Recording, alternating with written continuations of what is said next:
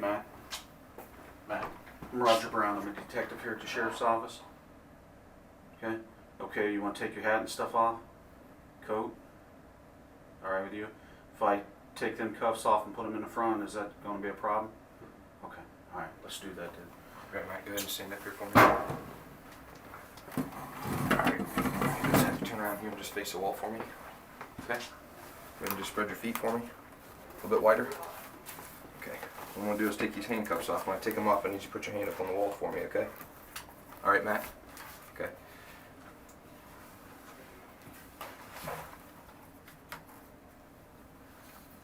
Okay, put that hand up on the wall for me, okay? Just keep it up there on the wall.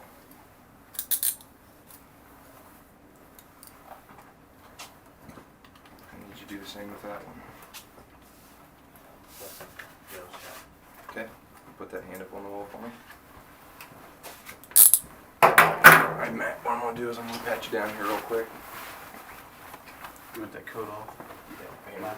Wait just a second, Matt, we'll let you take that off. Just going to make sure you don't have anything that's going to... You don't have anything on you, right? Nothing. Okay.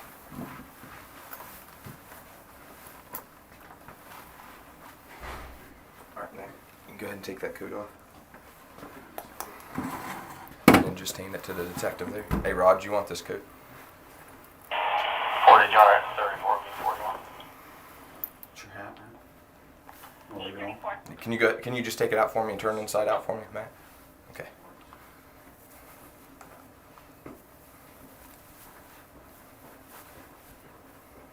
There you go, man. And what about your sweatshirt? You got anything? What's on underneath your sweatshirt, Matt? Just a t-shirt? Unit 1, 40 yard. Let me see. Just pull it up for me. No, you just pull it up. Okay, you just got a t-shirt on? Okay. Alright, you got underwear on? Okay. Alright. You're good. You're good, Matt. You can have a seat. You can pull that chair over there more towards the center. You can have a seat there. What is on the front? Yeah, just in the front. Alright, Matt. Matt, you want something to drink? Water okay? Okay.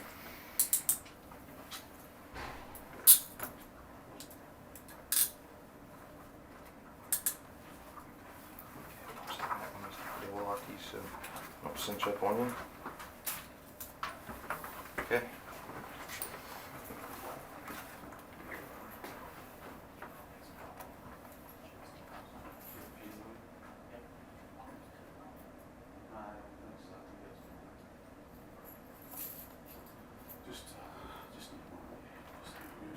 Okay. Hey, if you wanna.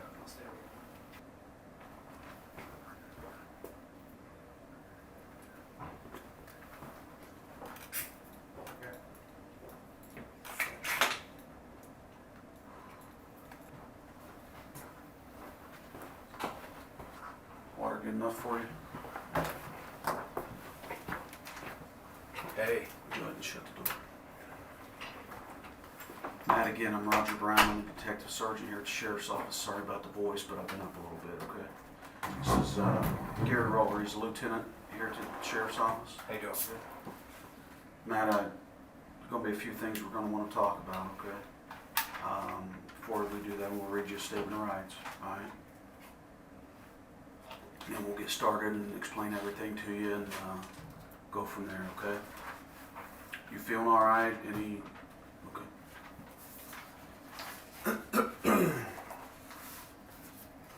You read right, man? So, yeah. You follow along here with me if you want to, okay? It says you have the right to remain silent. Anything you say may be used against you in a court of law. You have a right to talk to a lawyer having present with you while being interviewed. If you cannot afford a lawyer, one will be appointed to represent you before any questioning if you wish. If you decide to answer questions now, you'll still have the right to refuse to answer questions or stop the interview at any time. Bottom paragraph says, my rights have been explained to me and I understand each of those rights. Having those rights in mind, I'm willing at this time to make a statement or answer questions. You understand that, Matt? Yeah. You understand?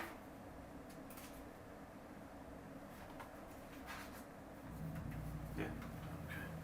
Just ask for a signature that I read it to you and you understand it. Okay? You sign it and I'll sign it and we'll get down to business and go from there, okay?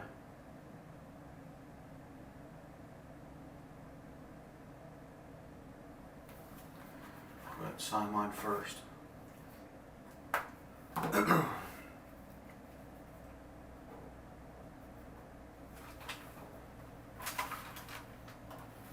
the date? Let's see. It is Sunday, November the 14th. And it's about 8:57 a.m. Sign that for me, Matt. Talk to me a little bit. Explain you don't want to talk to me. Okay.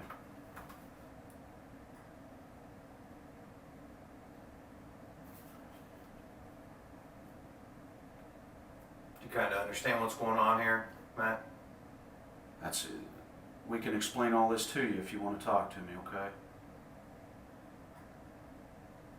I think you know what we want to talk about, but we need to find some people. Matt, can you hear me?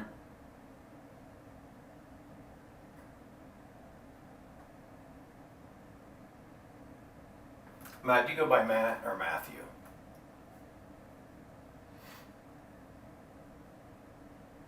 We'll give you a minute, man, if you need to think a little bit. Just tell us when you're ready.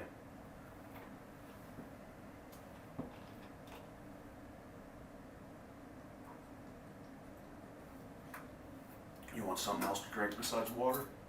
No.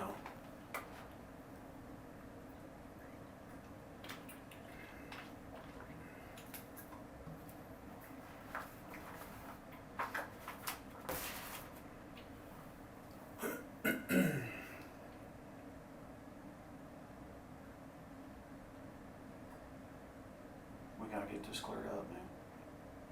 You know and I know.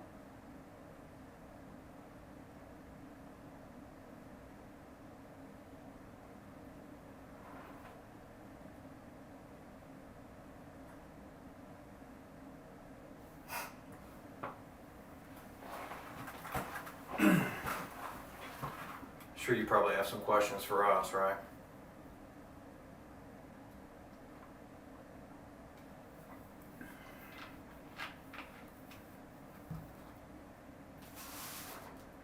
Or maybe a little bit better understanding what's going on?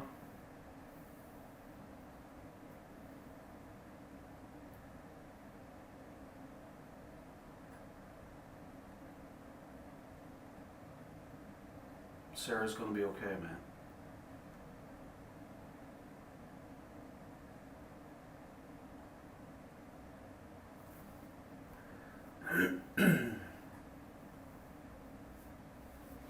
You want to talk to one of us alone, or do you want us both in here, or you comfortable with both of us being here?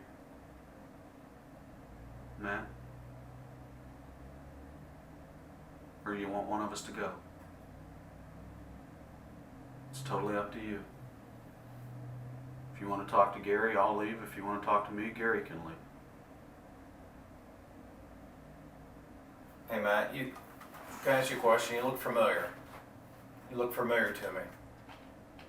You work out at the gym? What, Jim? Body Basics.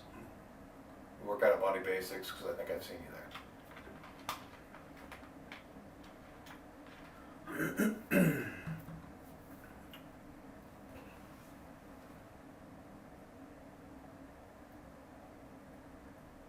Matt, the sooner we get this moving, the sooner we can all move on.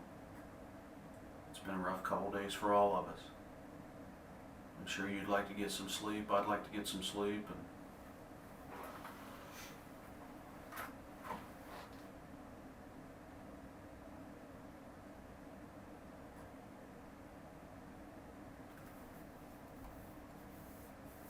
do you just not want to sign that? Do you want to talk to me without signing that? Huh?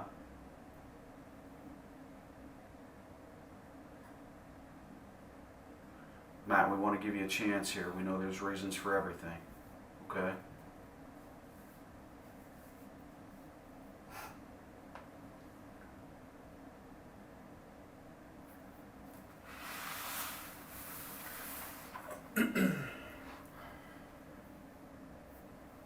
Tired, Matt?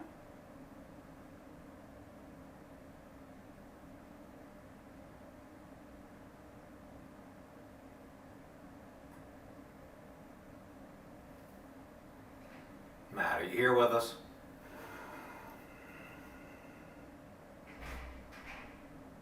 Matt?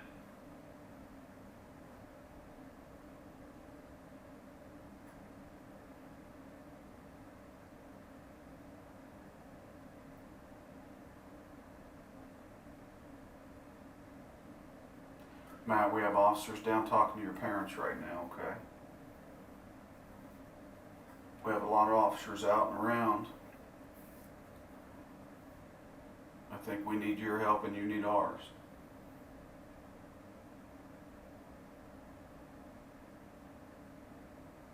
Come on, man. We just need to get this done.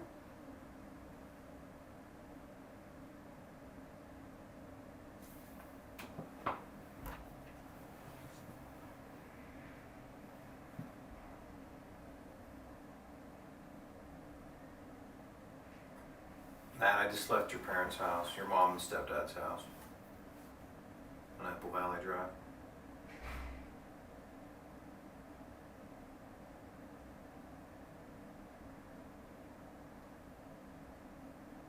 There's a lot of people out doing a lot of different things. Okay?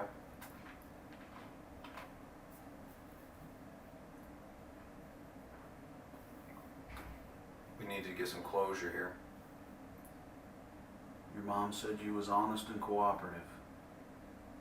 That's what she told him.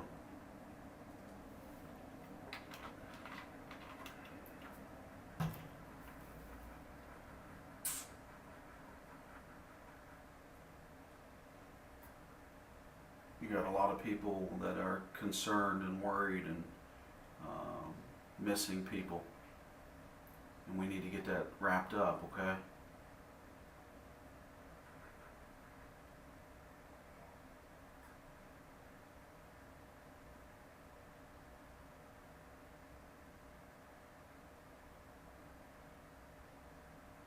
You just want to go back to the jail, Matt? Or you want to talk to us for a while?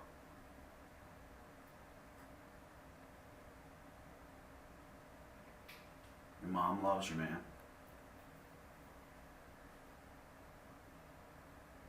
Like I told you, there's reasons for everything, okay? We know that. You know that. And we gotta get it worked out.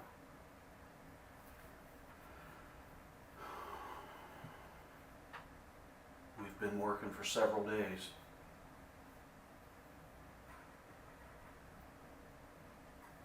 And obviously, you know, here we are sitting here today, so that must mean something, man.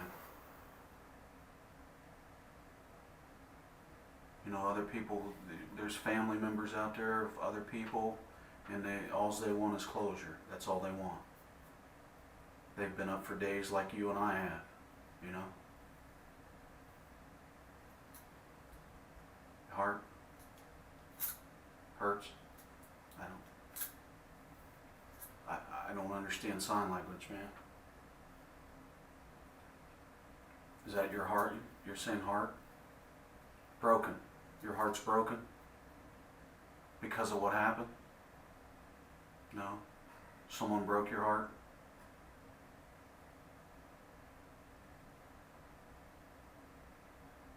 I know you can talk to me, man. What do you want from us? Tell me what you want from us. You gotta talk to me. We talk to a lot of people before we come to see you, so we know you can talk.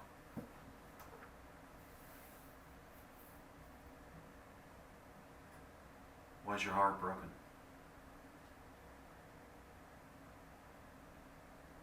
Man. You started. Let's just finish. Let's just continue right on.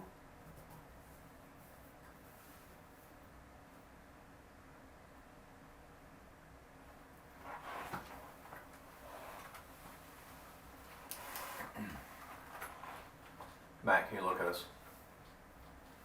Will you do that for me?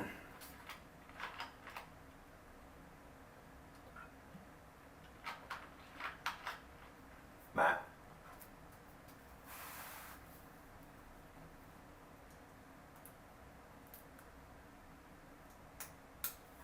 don't you tell us why your heart's broken?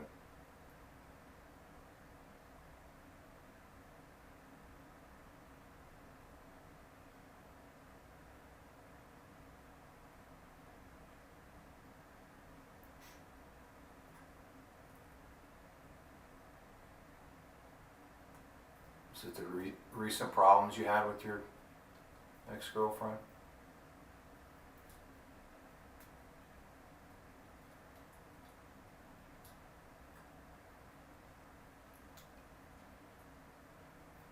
Is that the problem?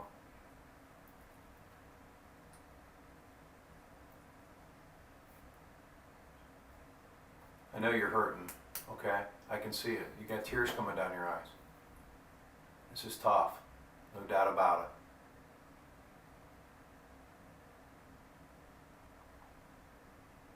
You have feelings, or you wouldn't be crying right now. We just want to talk to you. A lot of people have feelings, man. Okay? Your family.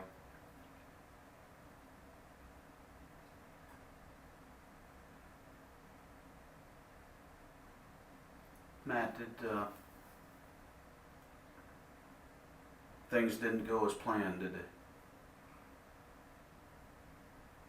Nothing happened the way you wanted it to happen, did it, Matt?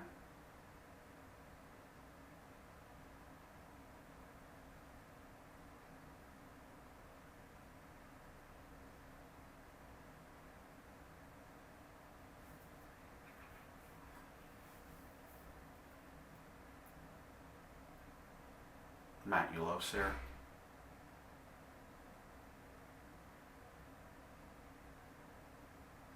You told one of our officers the other night that you was waiting on your girlfriend, Sarah. Do you remember that?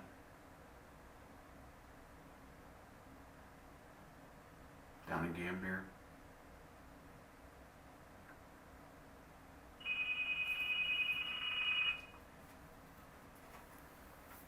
Hmm? You remember that, Matt? Man, we're not gonna say a thing if you wanna cry. If you wanna cry, you cry.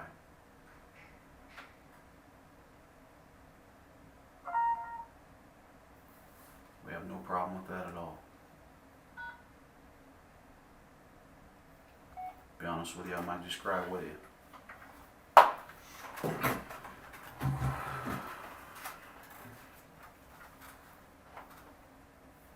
No matter what, there's people that love you. You know that. I know that.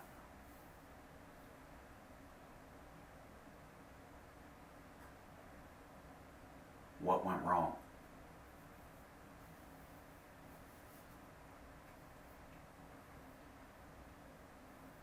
Tell us about your heart.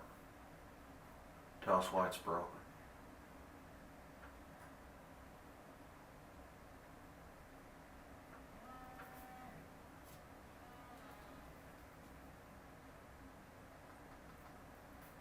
Let me give you Hey, Matt. a couple minutes here, man. I'm gonna check my phone.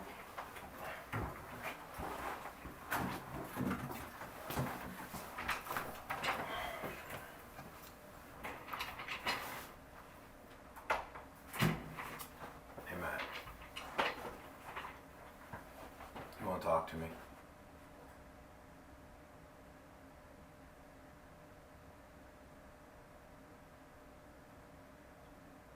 One of the reasons why you're here is to kind of give this will be your opportunity, okay? To talk to me or to talk to Roger. To open up.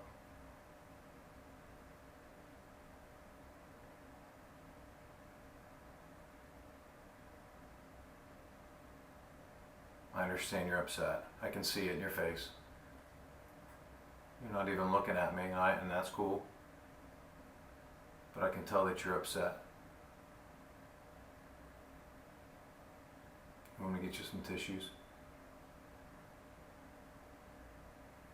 Matt?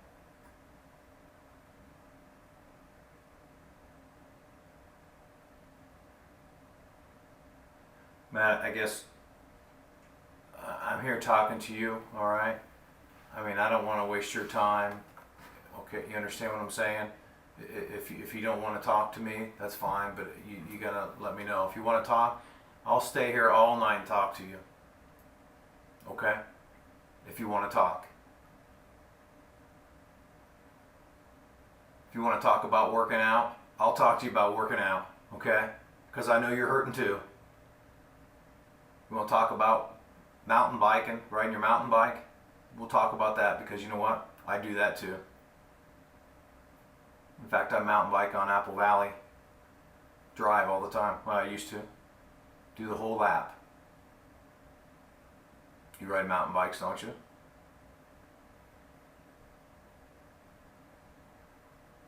Kind of understand where I'm going with this? I just want to talk to you. Alright? But if you don't want to talk to me, that's fine. Got no problems, man. No problems with that at all. But I'd like to talk to you.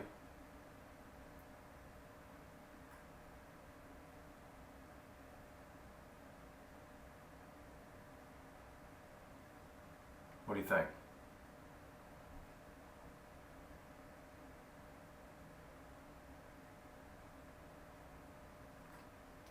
Mag, you gotta talk. I mean, I gotta know what you like to do.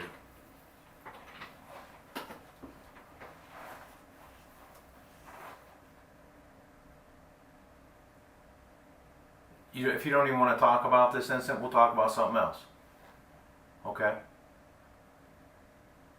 I would like to talk about this whole situation so we can get it out. Okay? You'll feel better. I'll feel better. But I'm not going to make you. We can talk about anything. And if we get to it, we get to it. I'll talk all night about riding bikes. I don't care. You know what I'm saying?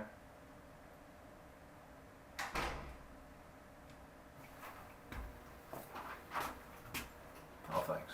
Matt, here's some tissues. You understand what's going on, Matt?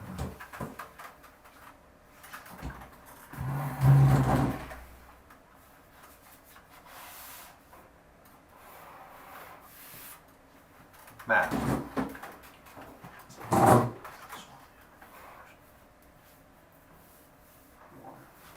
sorry.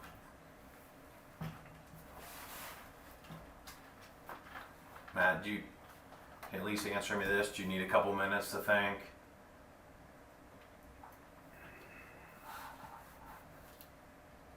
You want something else to drink? What do you want, bud?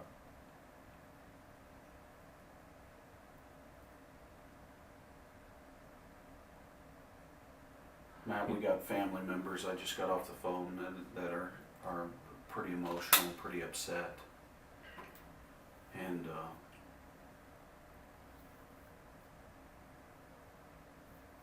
they need your help and want your help so we can get this resolved. Okay?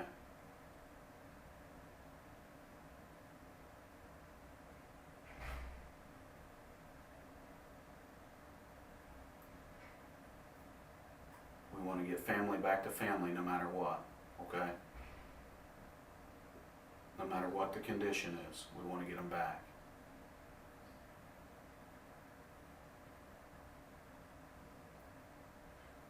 The longer we sit here and you not talking and us being the only ones talking, those family members are going through more pain. Sarah's safe and sound, we know that. You know that, I know that. You and I both have different understanding about the rest of the family, or rest of the people.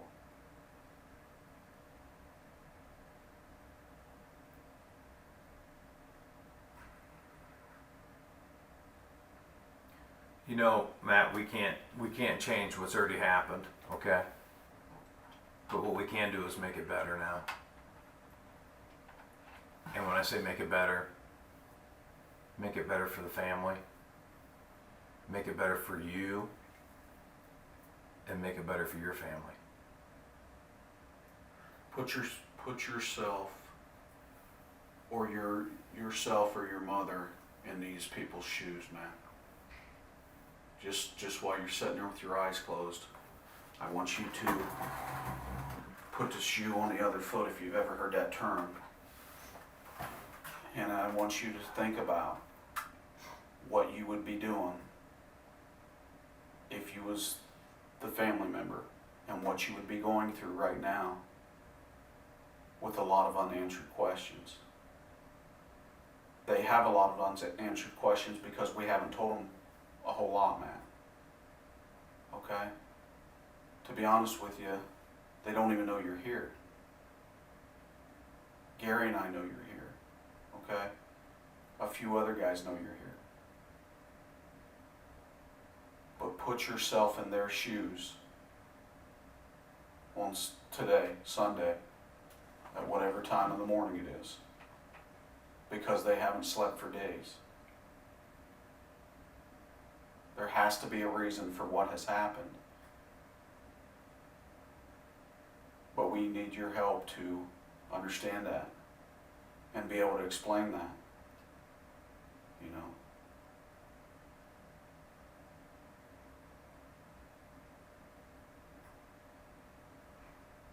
As Gary said, we can't change the past. All we can do is move forward. And the only way we're going to move forward is to get this out on the table. I guarantee when you start talking to us,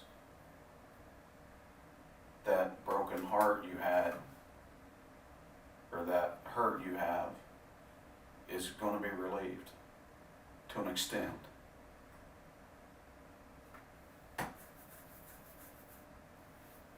Most people that come in this room with us say that when we're done talking.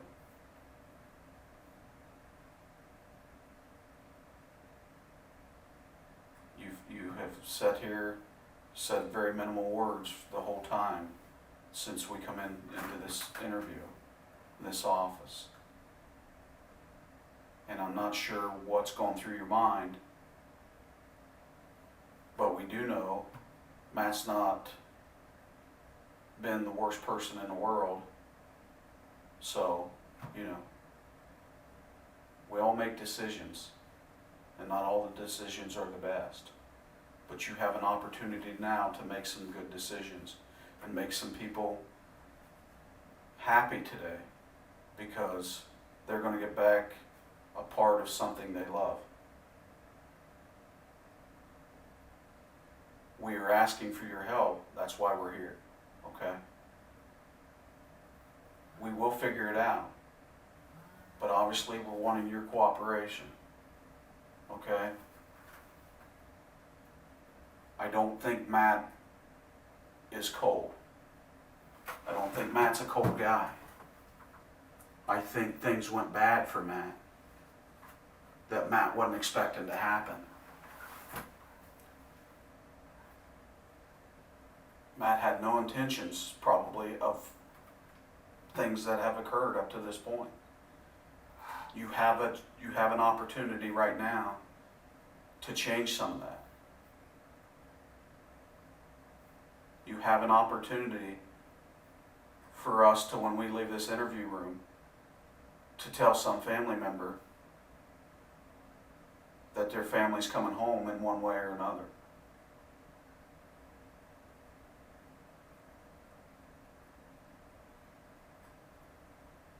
We have people talking to people that you know, people you love, people who love you. And the reason we're doing that is so we get all the details.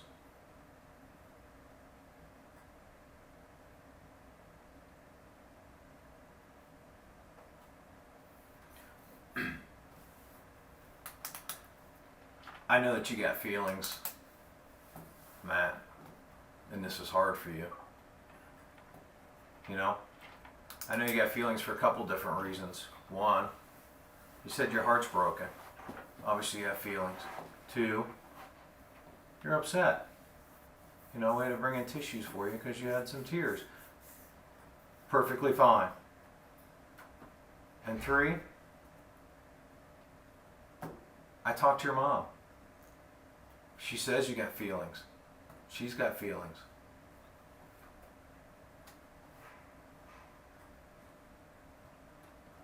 We just want to make this right.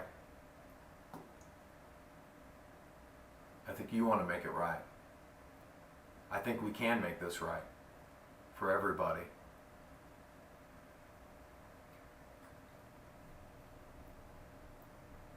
But what you need to do is step up right now, okay? You need to step up and be the man that you are. Let's get this taken care of and prove that you're the man that you are.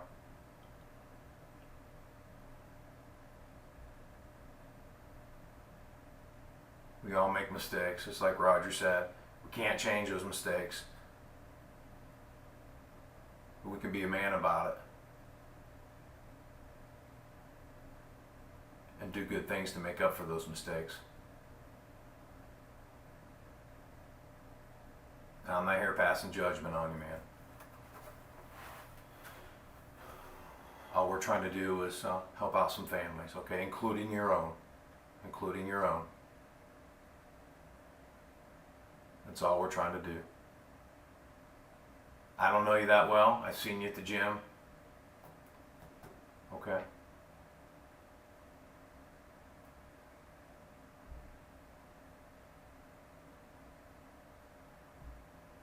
I think we need to talk about this.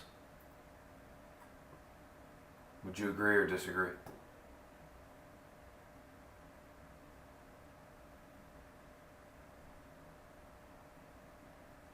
While you're thinking there, Matt, you might start thinking about wanting to help yourself at this point and make it easier on you by cooperating. Okay? We are wasting valuable time in here. Not that we can change what has already happened, as we've said many times already, but you can change it. You can make it right.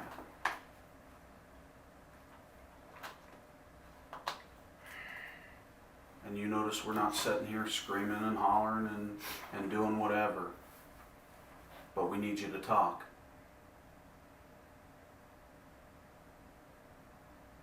You know, number one, it's not looking good that you're not talking. I hope while you're not talking to us again, you're doing what I ask you to do, and that's think about the family.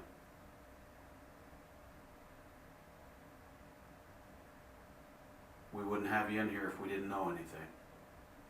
You know that, and I know that.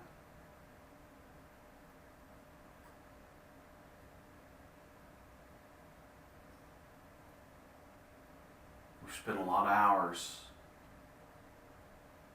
since Wednesday focusing on many family members that come to us crying, upset, telling us, I just want them back. Doesn't matter how, I just want them back. And we have an idea or an opinion or a belief that it's not going to be pretty. We've spent a lot of time figuring that out. But it's also our opinion that something went bad. This was not your intentions for it to go this far.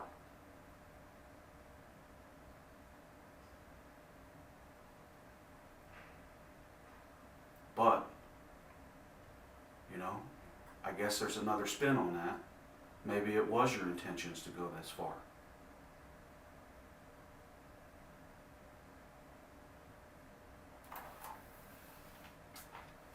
That's why we need to talk it out.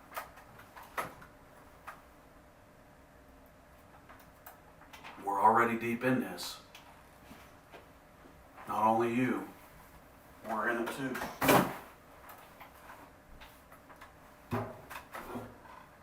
I want to make a phone call today to somebody that said, and tell them, you know what, the guy does care. The guy does have a heart.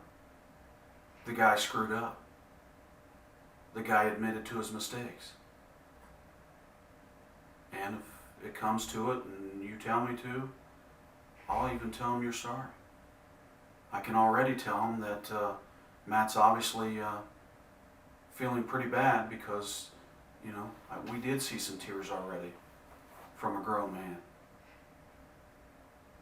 And he does have a family that loves him too. And he made some mistakes.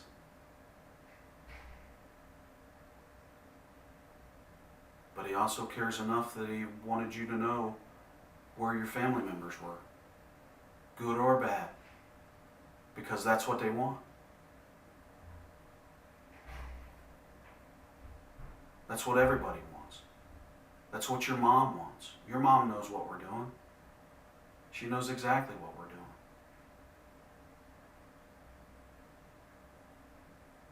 Tell me your mom wouldn't want you coming home one way or another. No matter how that is. You've seen it on TV, I'm sure. You've heard people talk about it. I just want them back. I just want to see them. I want them back.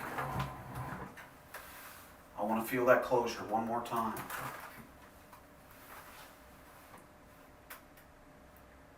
Again, things happen for a reason. You know, Matt, right before I came here, just like I told you a little bit ago, okay? I came from your mom and stepdad's house. Okay. We kind of had to tell him what was going on, and your mom was very upset. Just like you probably knew she would be. But what I did tell her is that I was coming in here to talk to you.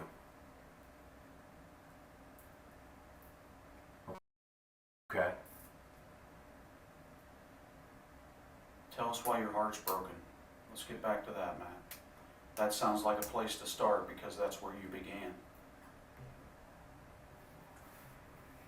We can give up on you now, but I don't think that's a good idea. I don't think it's a good idea for you, and I don't think it's a good idea for us.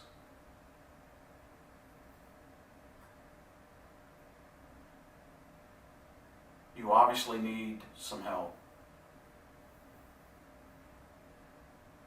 I think you know that, and I know that. But you have to help us help you.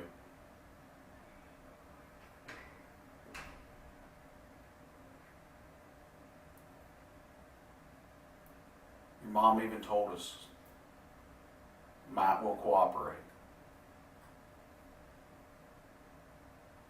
If Matt screws up, Matt will cooperate. So that's some faith your mother has in you.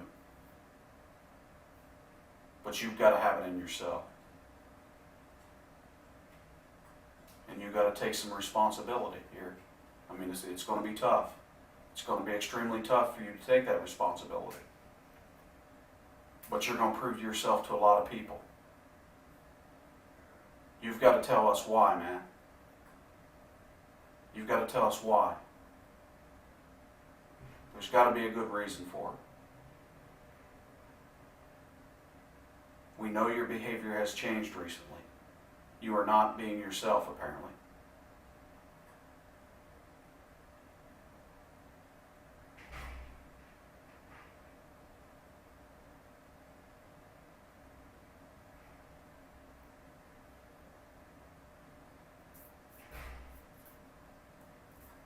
Matt, let me ask you this. You want a couple of minutes here just to kind of think about all this?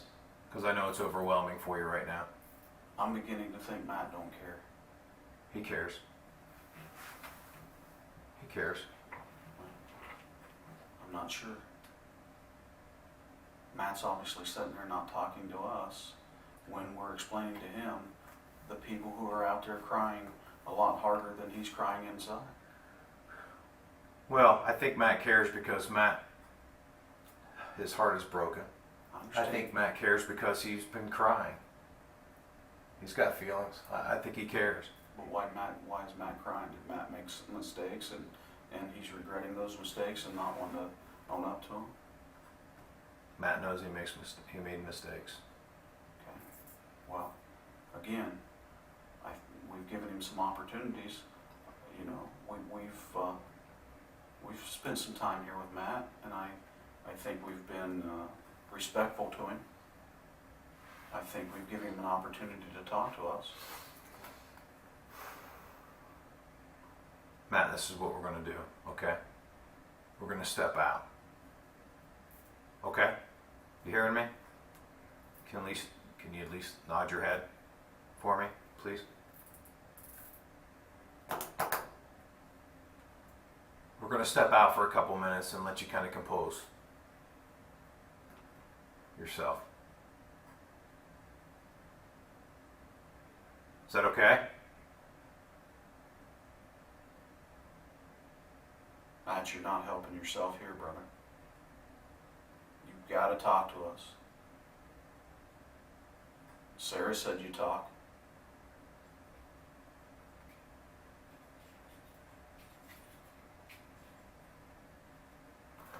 Okay, we're gonna step out, all right? Think about some things.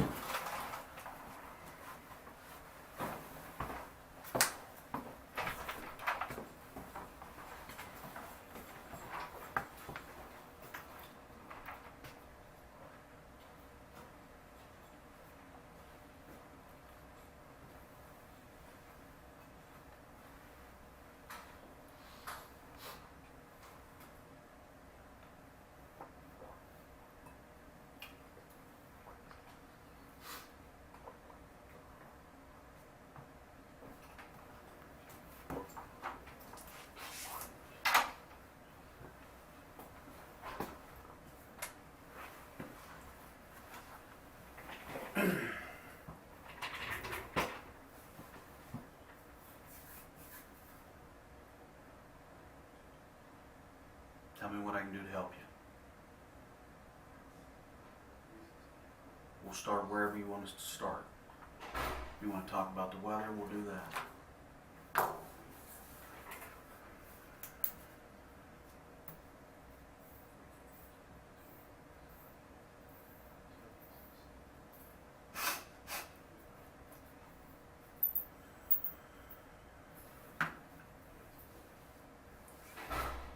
Matt, I'm beat. I'm exhausted. You're exhausted.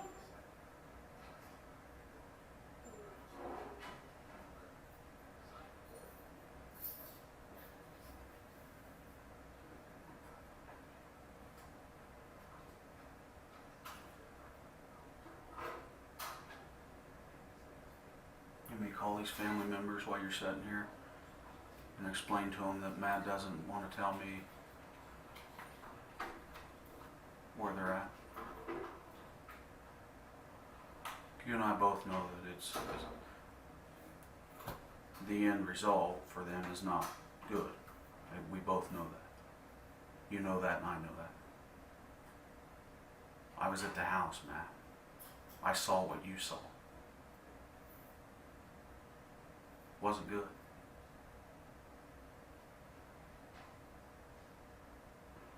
I looked at you out there at the house. You know, I knew something had to go wrong here.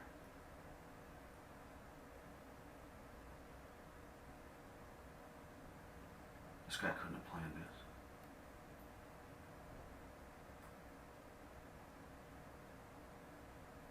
But it makes a big difference of the outcome of this if you planned this.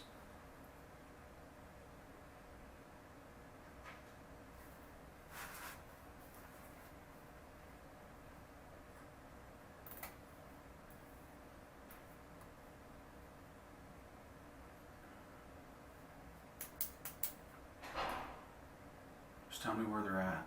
I'll quit talking.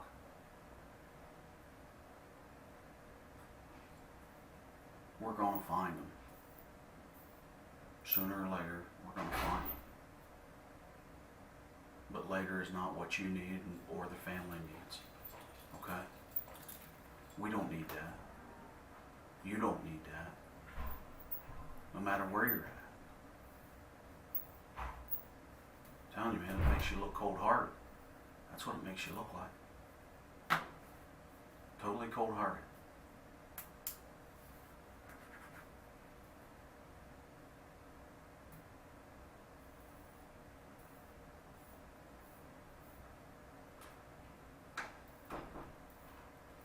can't make you talk to me, but I can tell you a couple things, you know, that people that do talk, you know, normally feel better.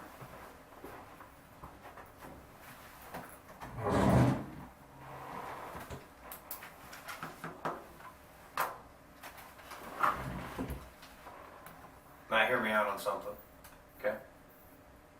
Just spoke with the officer who just left your house, your mom's house. And she said this: you will do the right thing. You've done the right thing in the past, and you will do the right thing now. That came from your mom, who knows you the best besides you.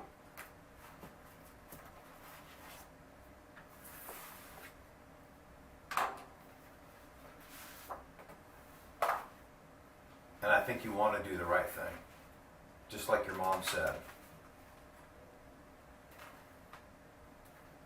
And I look forward to talking to your mom and tell her that you did do the right thing,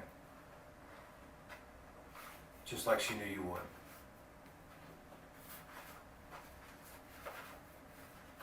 And the right thing now is to tell us where family members are.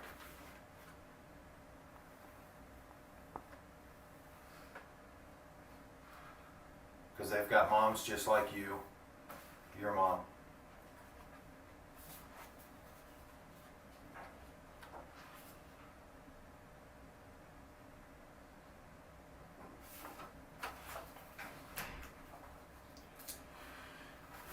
Matt, where's Stephanie?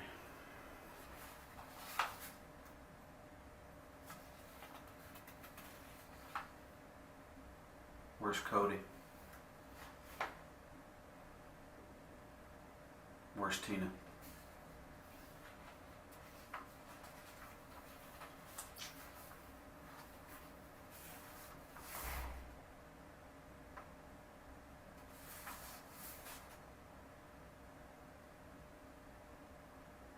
Where's Matt?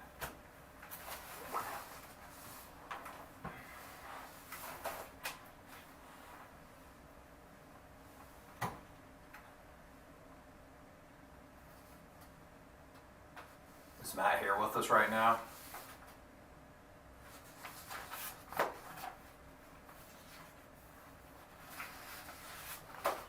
Is Matt still over on Columbus Road?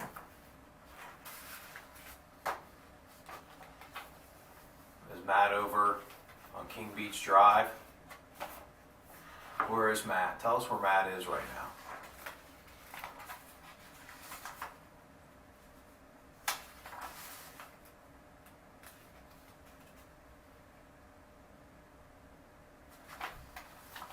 Matt, is Kody alive?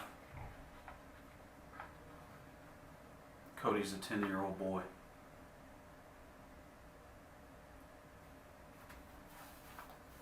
Is Kody 10 or 11?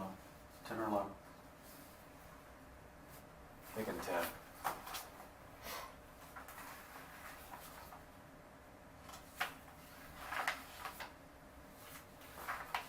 have a feeling, Matt, you wasn't expecting Kody to come home.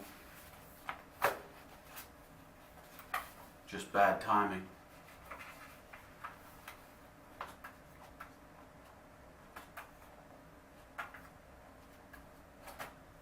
You didn't do a very good job of covering your tracks, Matt. You made some mistakes. Okay? You know that, and I know that. Gary, I'm assuming knows that. I won't speak for him. But you made some mistakes here, okay? You made some big mistakes. We all know that. That's no secret.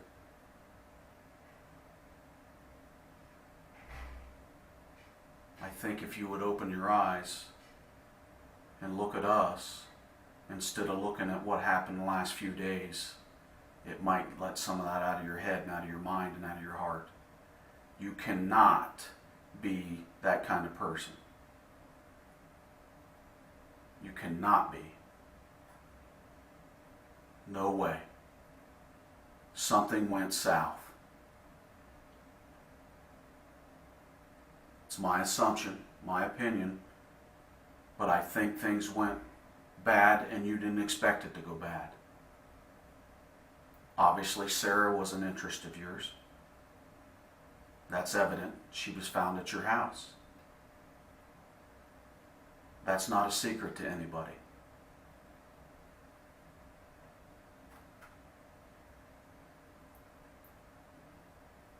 We know you was at Walmart.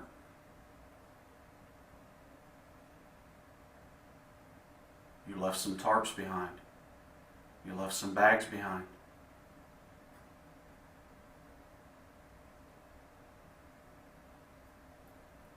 I'm assuming the sandwich you bought to feed Sarah. That means you must have been trying to take care of her. At that point, you're all she had.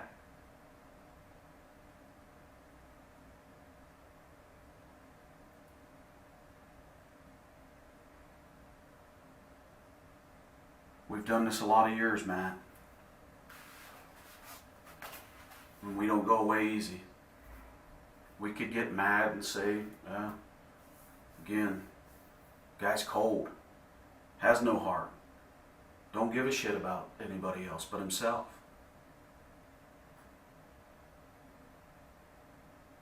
We could do that, couldn't we? Yeah.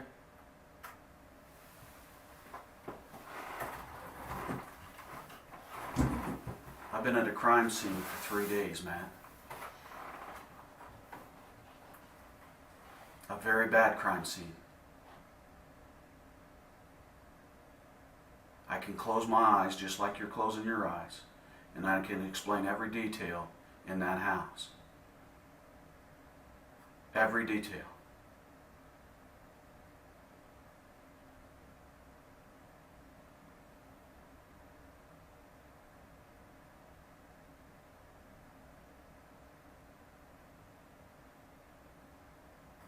But you can explain every detail too.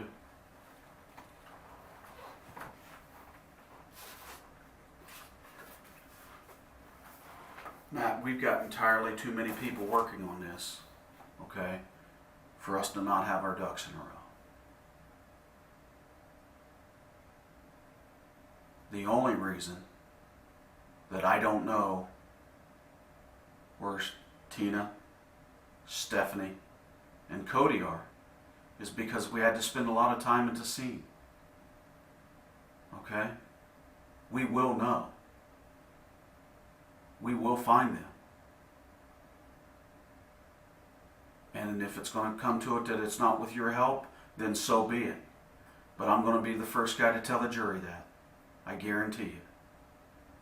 That I sat in an interview room with this guy, and all he wanted to do is close his eyes and blink them until I walk out of the room. And then he opens his eyes and gets his drink of water. Now, am I a prudent person? What kind of person do I think that is? Well, one of two things. Either you're getting your composure together, you're thinking things out, thinking what to tell us, or you don't give a shit about anybody. Maybe that's the case. Well, I guarantee you, I don't think you're that kind of guy from what we've found out.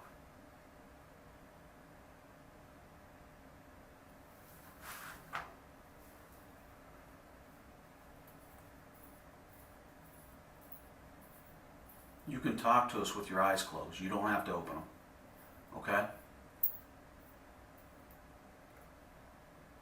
You're not making this easy for yourself. Not at all.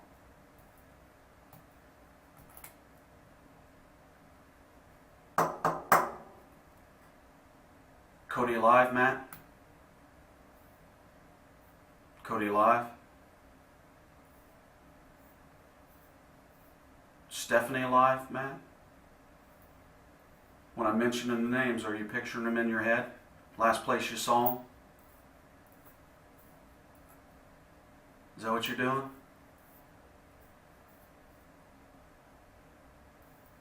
Tina alive, Matt?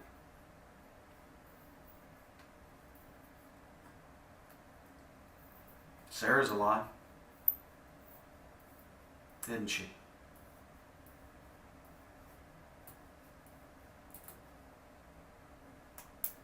Sarah's alive and well. Yep.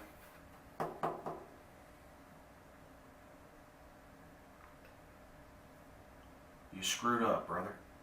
You made a mistake. You made a mistake.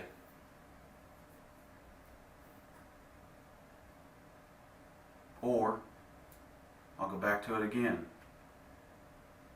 You're cold-hearted and you don't deserve to walk the streets. I'm not sure which. Right now, you're looking pretty cold-hearted.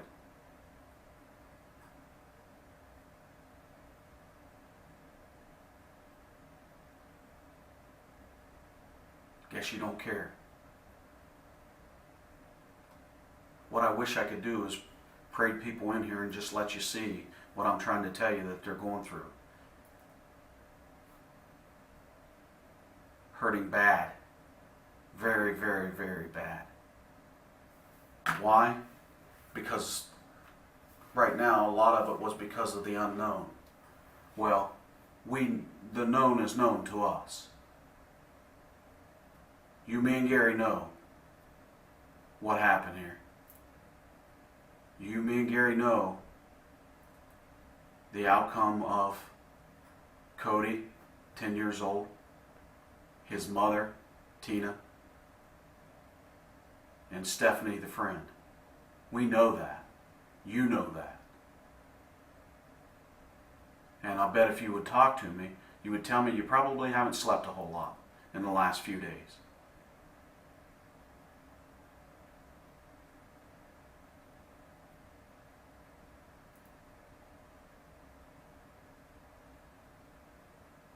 We're giving you this opportunity.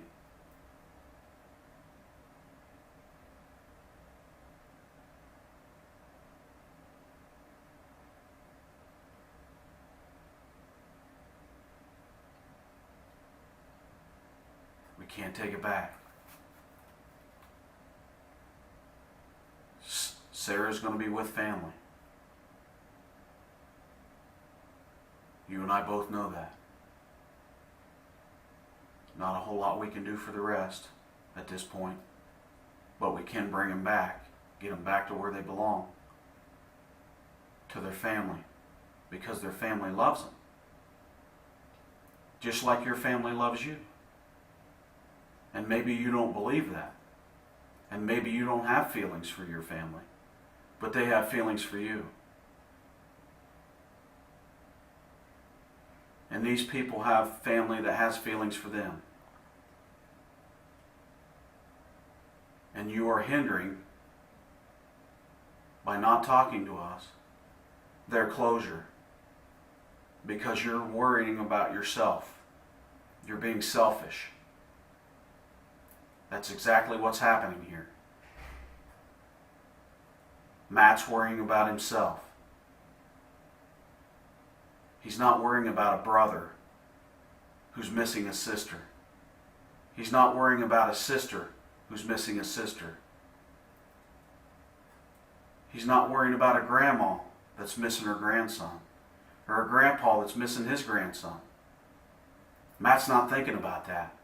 Matt's thinking about, oh gee, let's feel sorry for me. That's what's happening here. I'm not going to talk. Maybe they'll go away. That's what's happening here. You've given me no indication or no other reason but to believe that. None.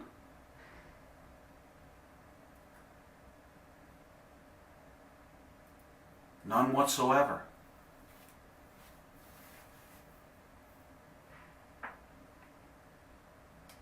Think of Grandma and Grandpa, they're older. You think they need this pressure? Do you think they just don't want to get their grandkid back and move on with their life? It won't be better tomorrow. It won't be better the next day or next week. But it will get better.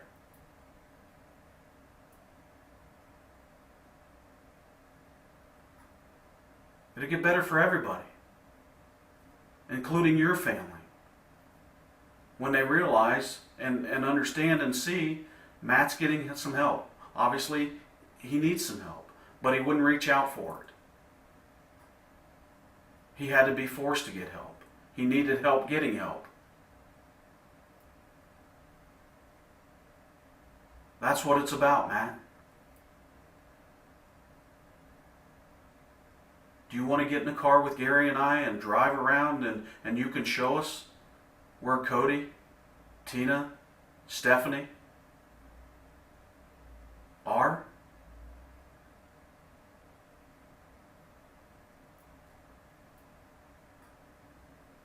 One thing I'll give to you, Matt. You know, outside of Sarah, you really didn't leave anybody behind, including the dog.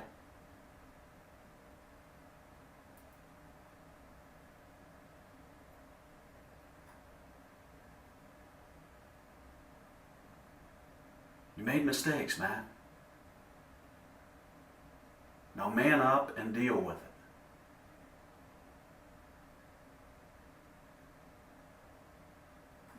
You are not a child. You're an adult. Act like an adult. Deal with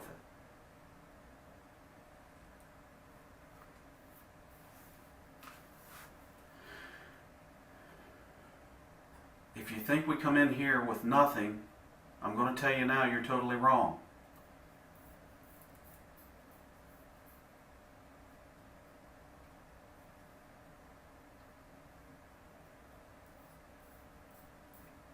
So apparently that's the way it's going to be.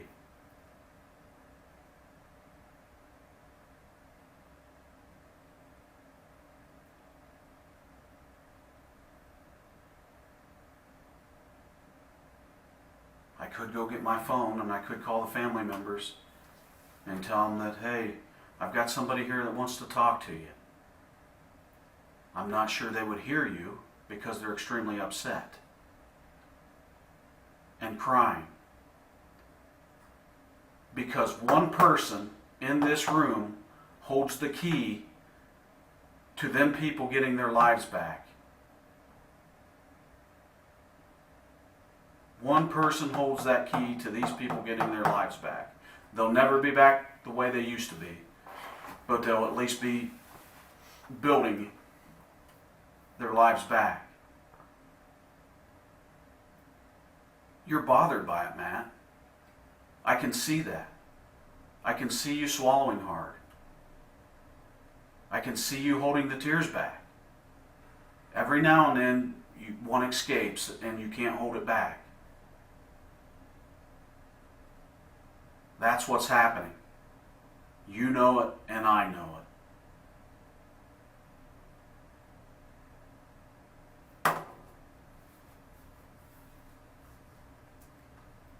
Matt, where's Kody?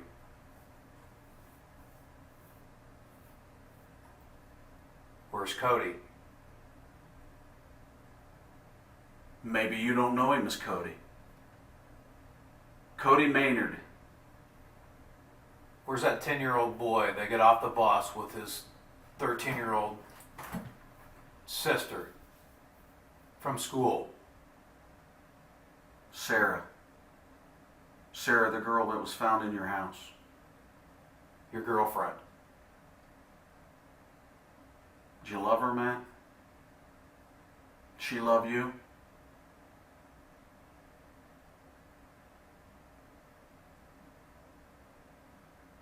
I've already told you there's a reason for everything.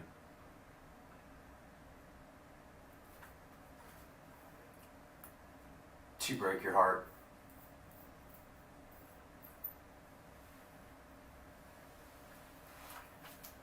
Was you already in the house when Sarah and Kody come home? We're trying to help you out here. Yes or no? Matt.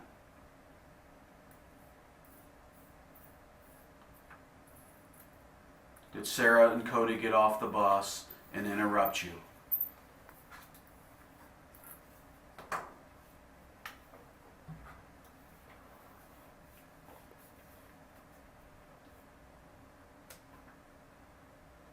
Your throat wouldn't be dry like that if you just start talking. It's called stress, anxiety, scared. What do I do? We've given you several options. You can go out and get in our car if you want, and we can take a drive. We can do that.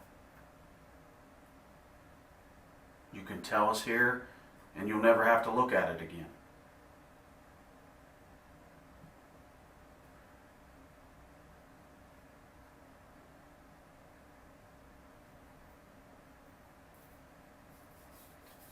Kody, let Kody go home.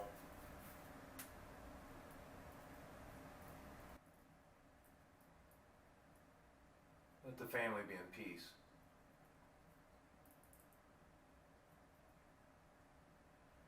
You know, some would say Kody's probably in a better place. Part of him. And the better place for the other part of him is with his family. Where your mom would rather you be right now. Where your family would rather you be right now. But you aren't allowing that to happen. You are in control, obviously, Matt. You are in control of the system. You are in control of the situation. You are in control of people's lives. If you figure each family member or each one of these people we've mentioned, Stephanie, Tina, Kody, each one of them people have, I don't know, 3, 4, 5, 6 close family members probably. Nobody has a real tight family. You know, not everybody's life's perfect. Not everybody loves everybody. You know, people upset people and you know, they don't get along for a while, but they still love each other. Kody's going to be loved no matter how he comes back. We're talking a 10-year-old boy here, Matt. You know, it's one thing to be us in here doing this for an adult who, you know, who has lived a lot of their lives. This is a kid who wants to go home, no matter how that may be.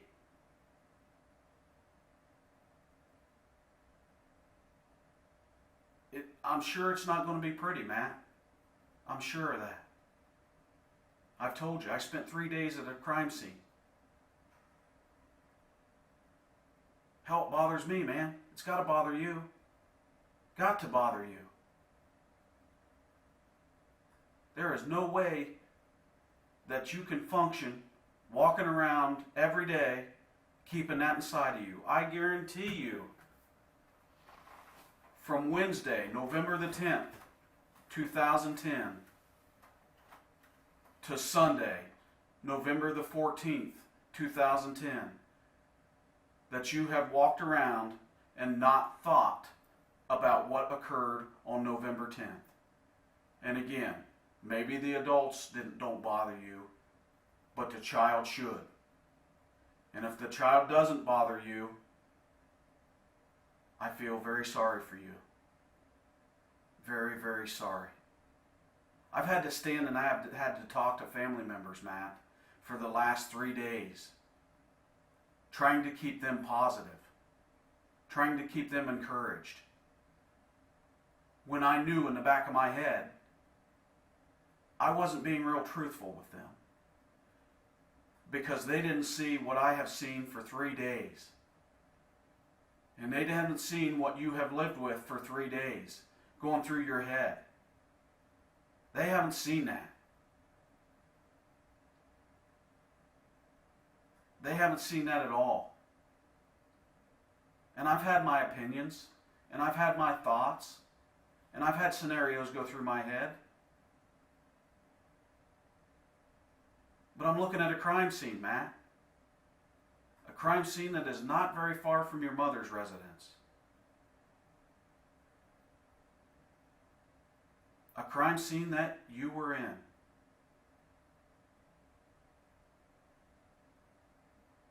You almost got caught, man. Very close to getting caught. You know that, and I know that in the act.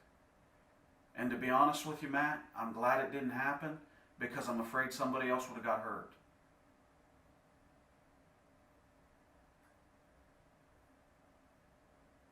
I'm worried about you. I'm worried about what caused Matt to do this. What provoked Matt to do this?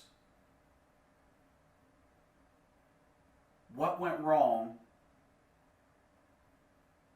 that now made Kody, as listed in the paper, a missing person? What went wrong, Matt, to make Tina a missing person? What went wrong to make Stephanie a missing person? Something had to go wrong, Matt. Something went very wrong. You made mistakes. Stand up and help these families out. Stand up and help them out. Not returning family members is not going to help these people out. No matter how bad it may be, Matt. I don't expect it to be good. I don't expect it to be good at all. But I can tell you on this side of it, they want them back, no matter what. No matter what the outcome, Matt, they want them back.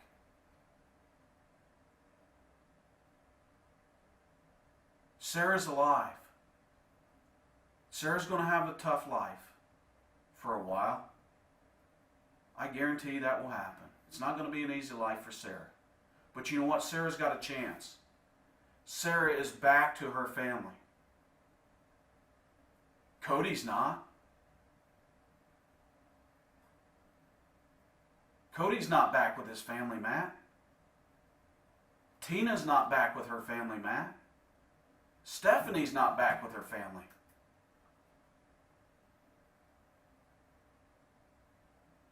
You're involved, man. You can't take that back. You cannot take that back. It's too late. Entirely too late for you to take it back. It's time to resolve it and move on. Live with what you have done and move on. You've already taken something from them. You've already taken something. It's time you give back. You don't have to worry about my life that I've spent hours and days. You don't have to worry about Gary's life, hours and days. But you do have to live with the fact that right now you are controlling this situation of keeping someone's loved one from them. Someone that, you know what, even if it's touching a box, they've got somebody inside there that they love and they know where they're at.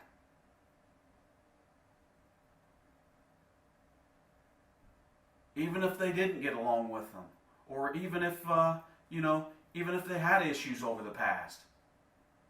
All that's gone now, Matt. They just want them back. They love them. As you're loved. As people love you. It's no different. No different whatsoever. The only difference is you're not giving back what you took. That's not right, Matt. That's not right at all. You have an opportunity to give back. You have an opportunity for somebody will cry today. If I make a phone call after this interview, somebody will cry. But I guarantee you, some of that cry will be joy. Because they know where Kody is. They know where Tina is. They know where Stephanie is. I know they'll cry for somewhat joy, Matt, because I've already heard it with Sarah. I know it. Your mom's crying right now. She's not crying with joy. But she's got somebody back. But she's crying that Matt's safe. and Matt's here. And as she told Gary and some other people, this is not Matt. This is not Matt. Matt's made mistakes. Matt pays for his mistakes. Matt don't try to play, games. Matt will do the right thing. That's your mother. Your mother knows you. We don't know you like your mother knows you. Now, can you hear your mom saying that? Matt will do the right thing. Matt will do the right thing. Matt will help these people out. Matt will help them out. Think about a time, Matt, and I'm not even going to make you think of yourself. I want you to think about somebody else in your family. Somebody in your family that has loved somebody else. Whether it be a boyfriend, a husband, a wife, a family member, grandma, grandpa, uncle. I don't care what it is. Remember the time when they lost them, Matt. Remember that time when they lost them, okay? And remember back while your eyes are still closed and think about it. Picture it in your head, Matt. Remember the pain they went through when they lost that person. Remember that. And think about what these families are going through. We have two families here that are going through hell right now. And you control the strings. You have the ability to help them people out. You have the ability to make them feel at ease. You have that ability to do that. And we're here asking you to help us and help them. And ultimately, it will help yourself. You will sleep better again, Matt. You will sleep better again. But you're going to have to own up to what's happened here. You're going to have to take responsibility for what's happened. And you're going to have to show us that you care, that you give a shit, Matt. That you honestly do have a heart. You told us when we first started, not in words, but you made us understand that your heart's broken. Your heart is broken. We want to know why your heart's broken. We want you to know that you telling us that your heart's broken, put yourself in their shoes. Put yourself in Sarah's shoes, who's missing family members. Put yourself in Tina's family's shoes, who's missing family members. Put yourself in Stephanie's family shoes. Walk the walk they are walking today, Matt.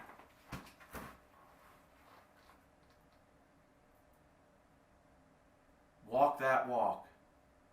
Think those thoughts. And just show us how much you do care. If you do care. And if you do have a heart. Because right now, I'm not sure, Matt. You know, I honestly believed you when you first started here, making me understand that your heart is broken. You've not given me one reason why your heart's broken. Is it broken because you've been hurt in your past that has caused this to lead up to where it's at now? I don't know. I'm not in your head, man. I got an idea what's going through your head. A very good idea what's going through your head. All you got to do is lead me to it. I'll give you a statement, Matt, if you don't want to talk. I'll give you a statement and I'll give you a pen. Give me a direction. Tell me where to go. Let me make that phone call for you today that says, here, Matt wants you to have your family member back. Matt wants you to have Kody back. Matt wants the kids at school who go to school with Kody to have their friend back. The friends, the employees, the co-workers Tina has. Let them have their people back. Let them have their friend back. Let them have their loved one back. Just let them have it. Just tell us, and we will make the call for you. We will let them understand You wanted them to go back. You wanted them to have their family members. Today. Now. Don't make us keep dragging this out. Don't make their lives hurt more and more and more as every minute passed. Matt, we come into this room. How long ago, Gary?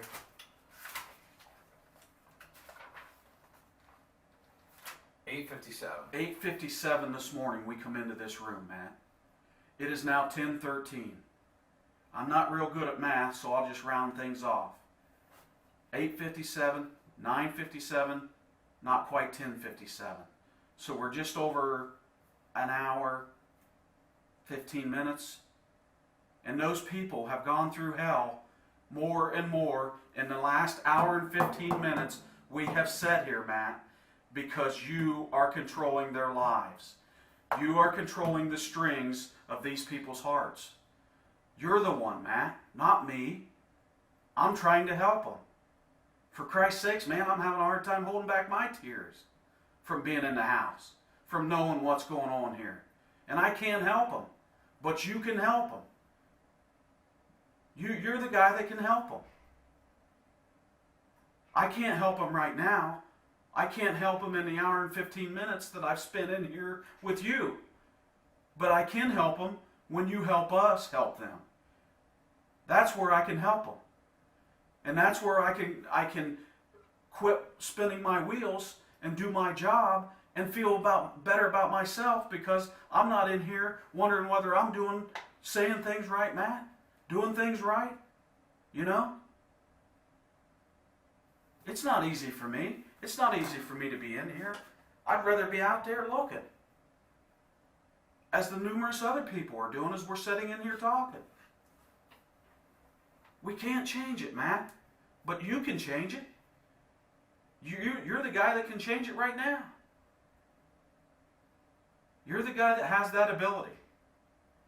For right now, Matt can make it happen. Matt can tell me where to go. Matt can write it down and tell me where to go. Where can I find Kody? Matt, remember the little 10-year-old boy? Where can I find his mother?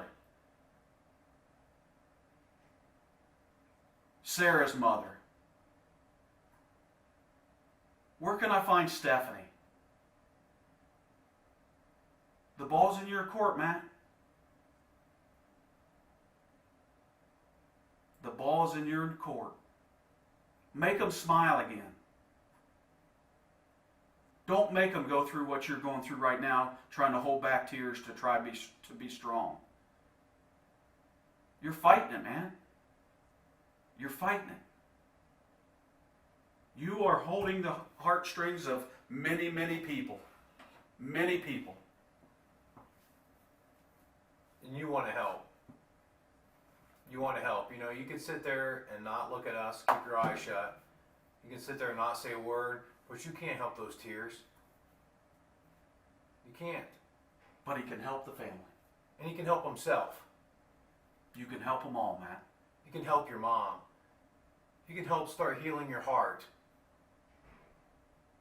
Someone you love, Matt. There's someone out there that you love. While you're sitting there with your eyes closed and thinking, you know, what do I do? What do I do? What do I do? Think about losing that person today. Matter of fact, think about losing that person an hour and 16 minutes ago, 17 minutes ago, 18 minutes ago, whatever. Think about losing that person and not being able to get a part of them back. That's what you're doing right here.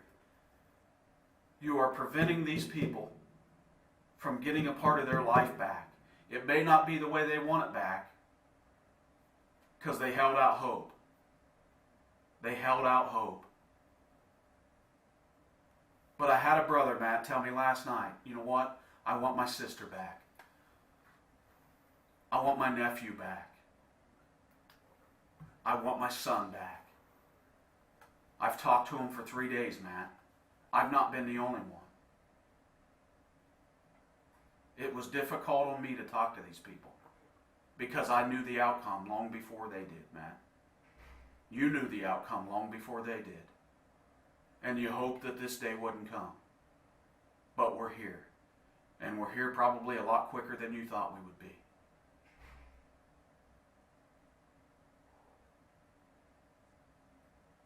To be honest with you, Matt, we're quicker than I thought we would be. But I'm happy about that. I was happy about that when we found Sarah.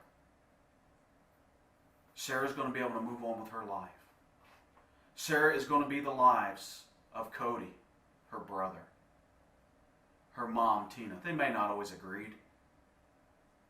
They may have gotten fights and not liked each other every now and then. That's normal. That's life.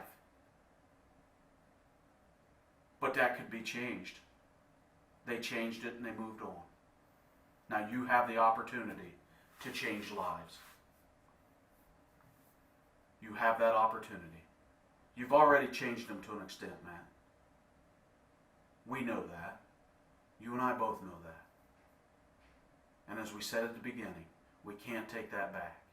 But one thing we can do is take back somebody's family to them, one way or another. We've given you a lot to think about, Matt. A lot to think about. This is time when I think it's been said, let your conscience be your guide. Obviously, my words may not be guiding you in the right direction, but I think it's time that your heart and your head guide you in the right direction. Or why don't you let your mom be the guide? Matt's got to make decisions. Matt's got to make decisions for himself. And I think Matt will make the right decisions. But obviously it's going to be when Matt's ready. But we can't wait till Matt's ready. Matt, let me go back and tell your mom that you're making things right. Let me do it, man.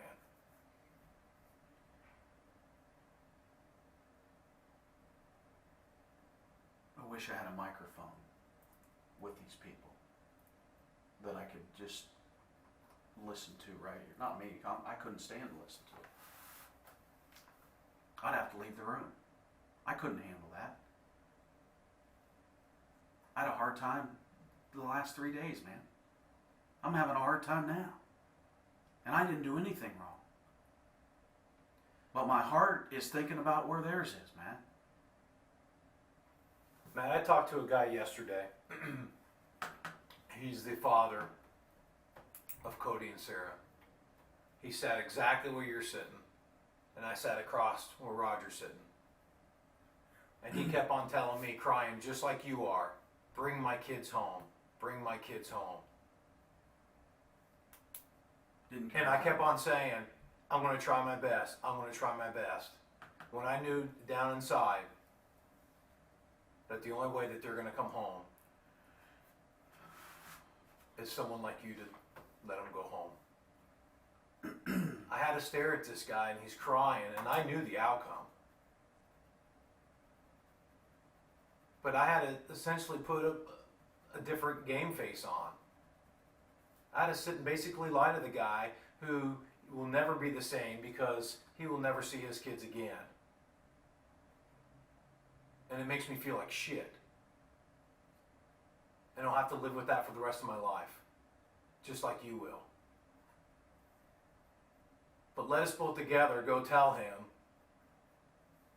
I am bringing your kids back. They're coming home, one way or another. Matt, as Gary's sitting here talking, I'm looking at this calendar, November 2010. And as he was talking, I was scribbling on this calendar. And I looked down, obviously at November the 10th, which was Wednesday. Then I look at November the 11th, which was Veterans Day. It says it right here on the calendar. And right underneath Veterans Day, it says Remembrance Day. If you don't believe me, next time you get a drink, open your eyes. I've underlined it. That was November the 11th. Today is November the 14th, 2010. Let's draw a line to November 14th for Remembrance Day, so these people will get their family back one way or another, and that will be something they remember. I got my family. It may not have been good, but I got them back. That's something to remember. That's something they'll remember the rest of their life, Matt. That they got their family back. That they have been missing for November 10th, November 11th, November 12th, November 13th. They will get their family back on November the 14th. And I guarantee you, they might not look at it as the way I'm looking at it because I see Remembrance Day on this calendar. I will remember it. There's no question about it. You will remember it. Do something right today. You haven't made good decisions the last few days, Matt. Let's make a good one for today. One good decision is all you need to make today. You tell us where they're at, we'll stop talking to you, we'll come back and talk another day. We don't have to do this today. We want to know where they're at. You go get some rest. We'll go tell your mother, you're right. He is a man. He stood up for what was right. Make today the day. Tell us where they're at. We'll go get them. And we'll get them home, Matt. We'll get them home. You have to help. You have to help yourself, and you have to help us. Today is the day. It's it. Let's make it today they'll remember. November will suck for them for the rest of their lives. Guarantee you. However, November 14th will be the day that they come home. The day that their family come home. The day that the grandson come home. The day that the daughter come home, Matt. Right here it is. You got your eyes open. Remembrance Day. I'm looking at it. You can look at it. If you want, I'll turn it around so you can see it. We'll mark the day on the calendar. November the 14th, 2010. I got a big X on it. I'm going to draw a line from Remembrance Day on November the 11th right to the 14th. If you want to write a location in there, write it in there. There's a statement, write me a location. Or locations, whatever it may be. I don't want to have to be the guy to go there, Matt, but I'll do it. I'll do it for the families. And the first thing I'm going to tell them, Matt, is I couldn't have done it without you. Not today, November 14th, at this hour. Couldn't have done it if it wasn't for Matt. But Matt has to help me do that. You're going to feel like shit for what you've done. And it may never go away, Matt. It may never go away. But if you honestly believe you sitting there not saying nothing is going to make you feel better, brother, I have a rude awakening for you. It's not going to make you feel better. Bottled up inside. You couldn't tell anybody. You didn't have to tell Sarah. She knew. Sarah knew. Sarah's hurting. Sarah wants her family back no matter what. November 14th, 2010. 10:26 a.m. You can make it happen. You can make this happen. Girls had it rough. You know that, and I know that. Last few days. Give something back to her, man. Give something back. Something you have taken. Something you can give back. You don't owe her anything, I guess. Maybe in your mind. I think you do. You can't take back the past, but you can change her future. You can change her future. She shouldn't have to sit and wonder about him being out in the cold, the rain. Miserable day today, Matt. Miserable day. And they're suffering that much more because they know someone they love is out there on a miserable day that can't help themselves. And there's one person who can help them. think we started this?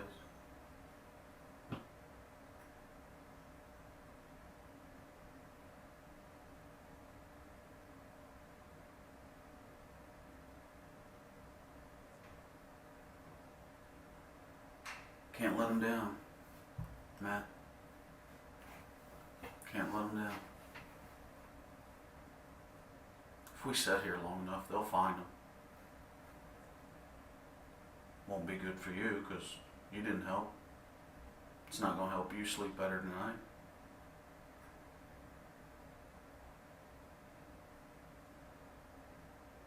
Why is it not going to help you? Because you're not helping. You're not helping yourself.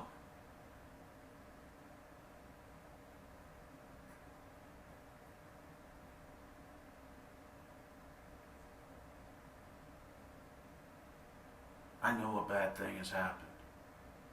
I told you.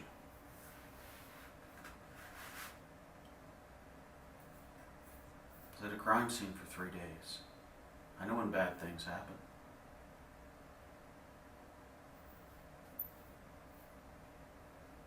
I knew it when I walked through the door of the house.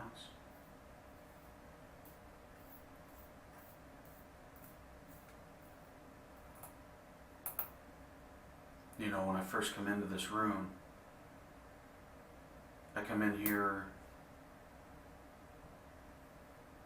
with the thought that I wanted to get you to admit to what happened. That's something I have given up on. You don't have to admit to anything to me.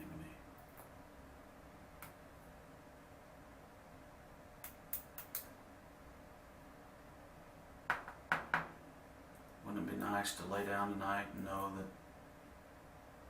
there's some people around that's feeling a little better than they have for the last 4 days?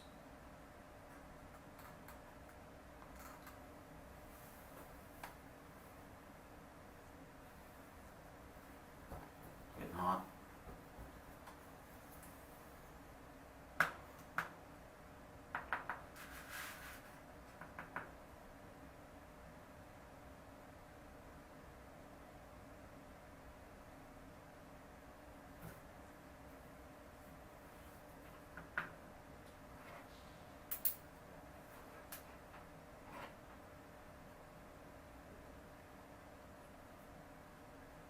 Still hurting, Matt? Broken?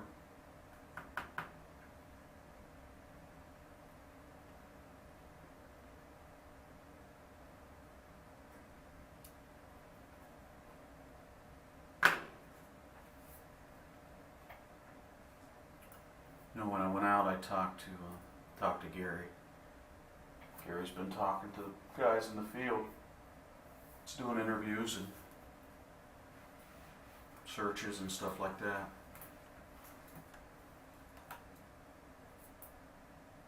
Gary said he called down the guys that's at your mom's house.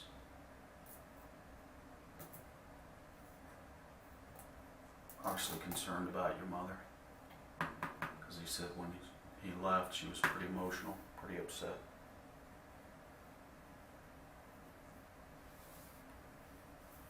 Gary said she wanted to know if he was okay, and to let you know that she loved you. I wasn't going to tell you that,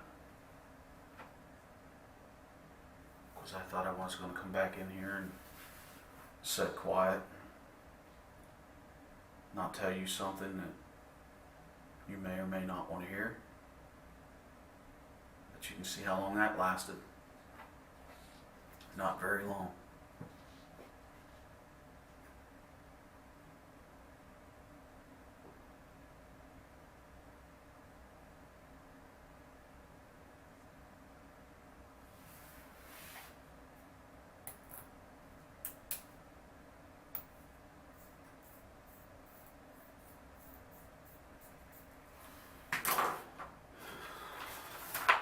Let's try this again, man.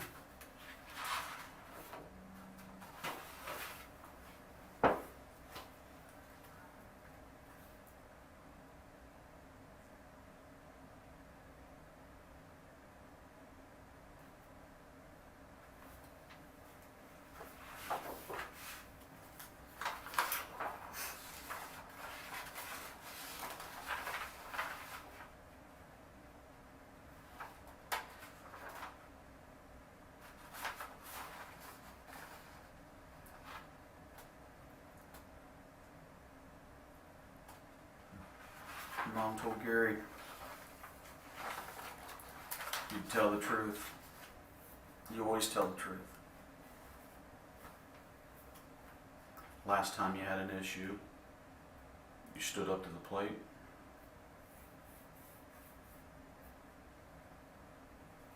Stood up to the plate and dealt with it. Gary asked her what made her think that you'd tell the truth if we talked to you. She said, because that's the way you was raised. You was raised to tell the truth. You was raised to care about people.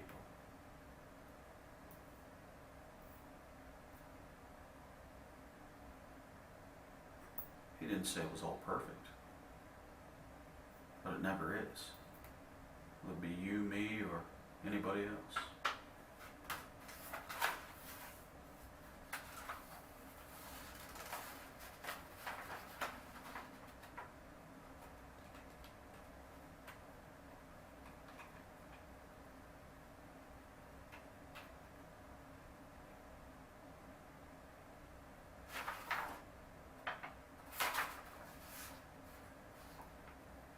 I have 1,000 things running through my head,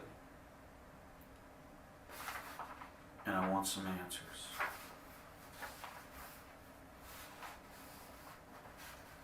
I think something bad happened.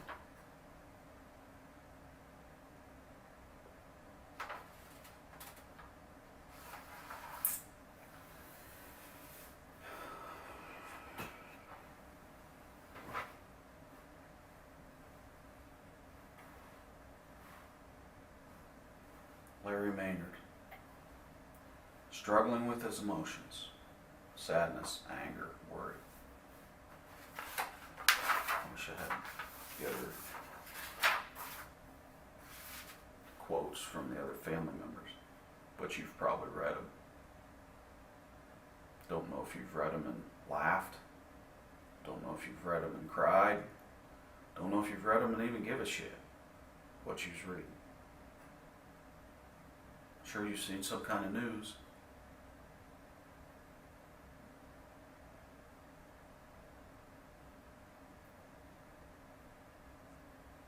Maynard said he last saw his children 3 weeks ago.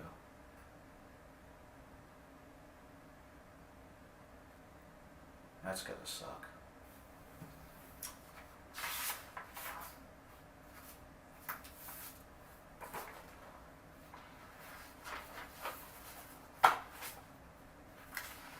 Tell me what you want to do, Matt.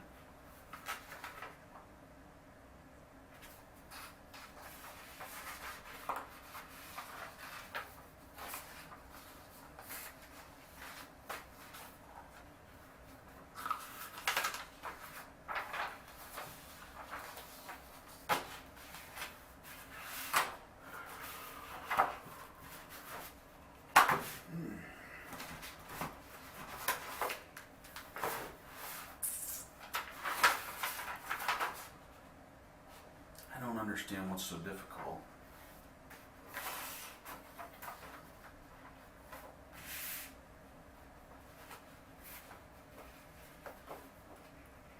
To make some of this pain go away, man.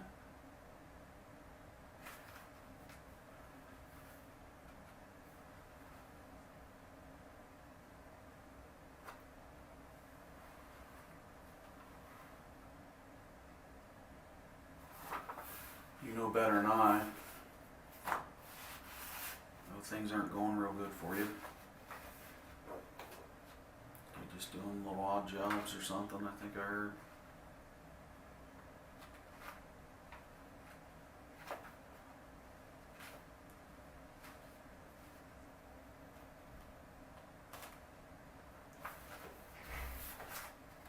You and your ex-girlfriend having problems, obviously.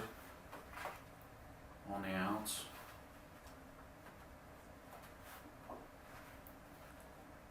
But apparently there's some reason you want to punish people. So things must be worse off than what I know. At least at this time. Must be more to it.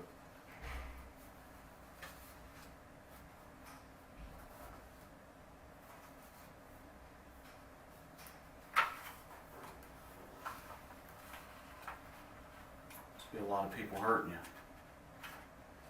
And this must be your way of getting back at people for hurting you. Making other people suffer for things that you obviously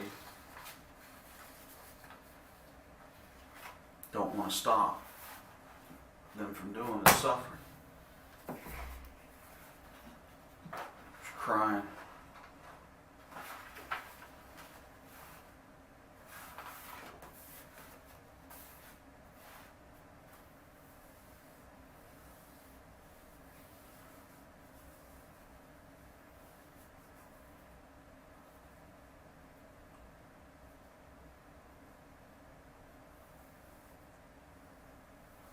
Let's get them home.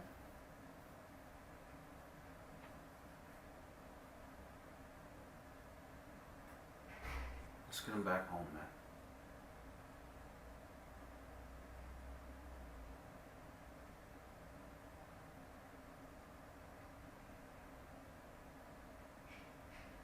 House was a mess.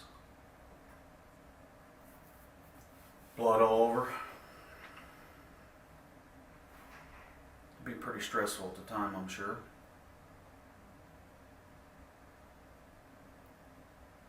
I'm just trying to figure out what may have went so bad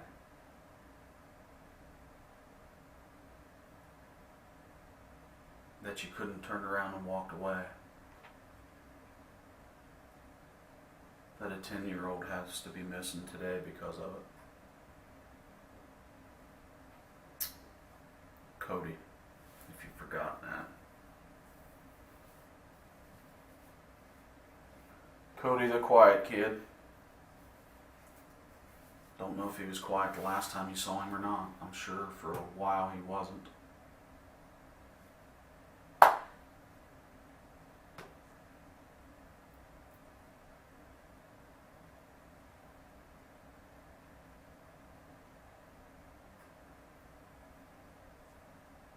The thing I'm curious is if at any point in time Kody or Sarah actually cried out for their mother.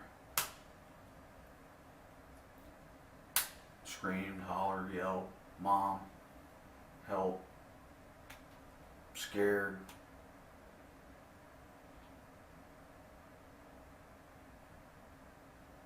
Guarantee you, on November the 10th, 2010, when they went to school,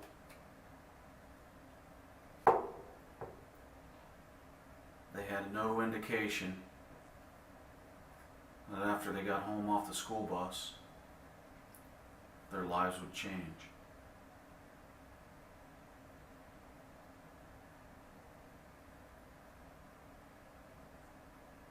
I can guarantee you, when Tina was shopping for groceries at Kroger's,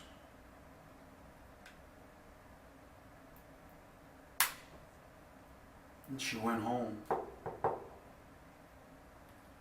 she had no idea when she went in the house that her life would change.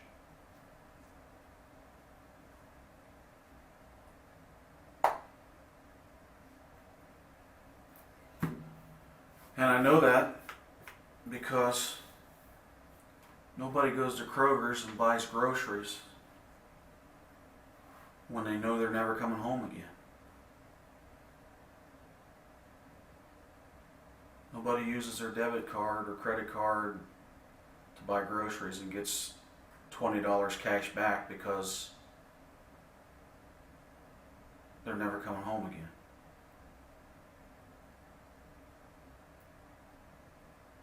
Then there's Stephanie.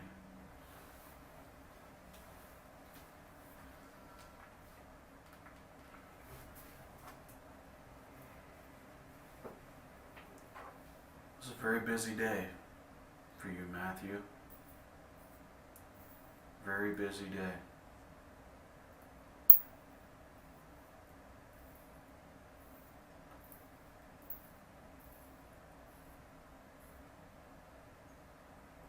You know, there's a few unanswered questions I've got in my head.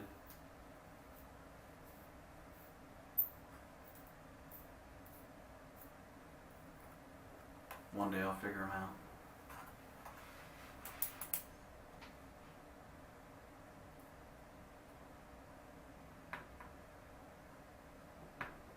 Then you got the dog. But, I guess in a way, they all went missing together, or at some point in time. The same day. I'm sure the dog probably wasn't very happy with the situation. What was going on. I don't know what they think, but I'm sure they got feelings too. Care for people, love people, don't want to lose people.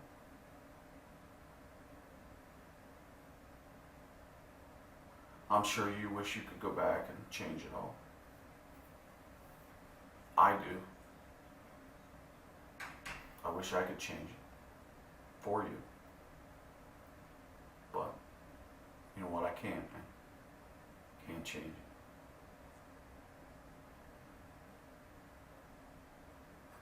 It's not only going to affect the family for the rest of their lives in one way or another. It's going to affect you. It's going to affect me. It's going to affect your family. It's going to affect my family. That's just the way it works.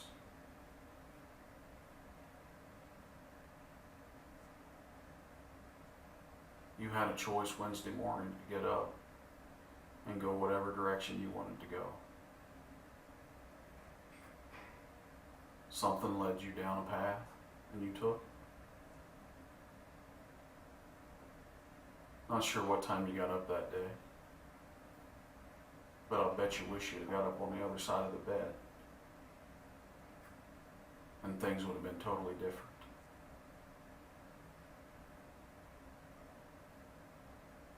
Something caused you to take that path.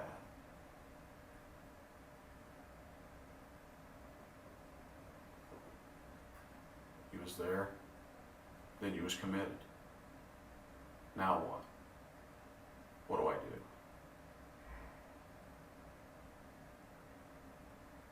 Oh no, things turn to shit. All of a sudden it turns to shit. Now I gotta survive. What do I do? Now's the point in time where you start taking other paths.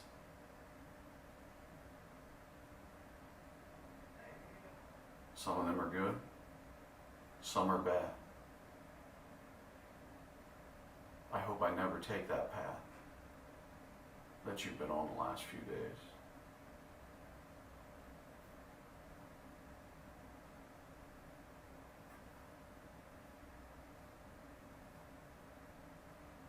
Kind of gives you a new outlook on family when you're sitting on my side of the desk.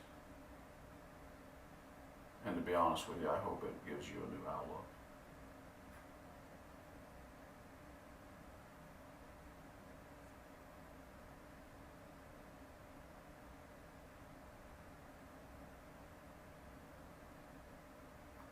I would like to know how well you slept the last few days.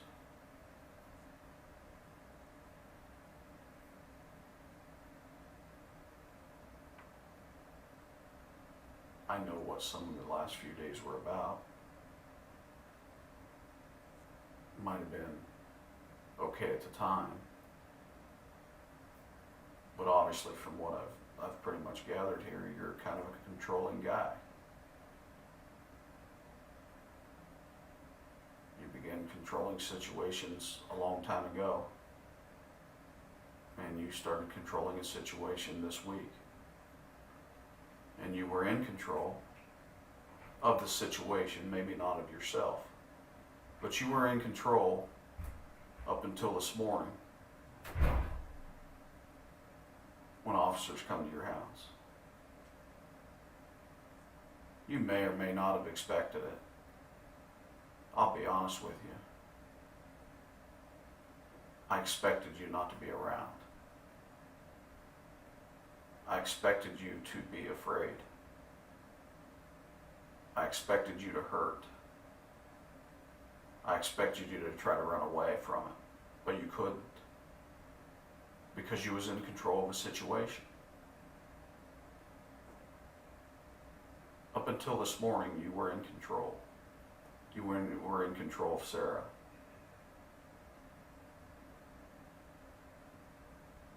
You quickly realized this morning that you lost control. Then you was brought in here to me and Gary. Then you are back to the position where I'm going to control this situation. That's where you're at right now. In your mind, you're believing I'm controlling this situation. Well, I got news for you. You are not controlling this situation. You are in the same position you was at several hours ago when we removed Sarah from your house.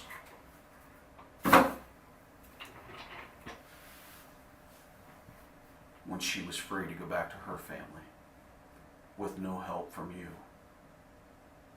because you didn't help return her to her family. The guys who come in your home this morning, the guys that have spent days and hours working this case,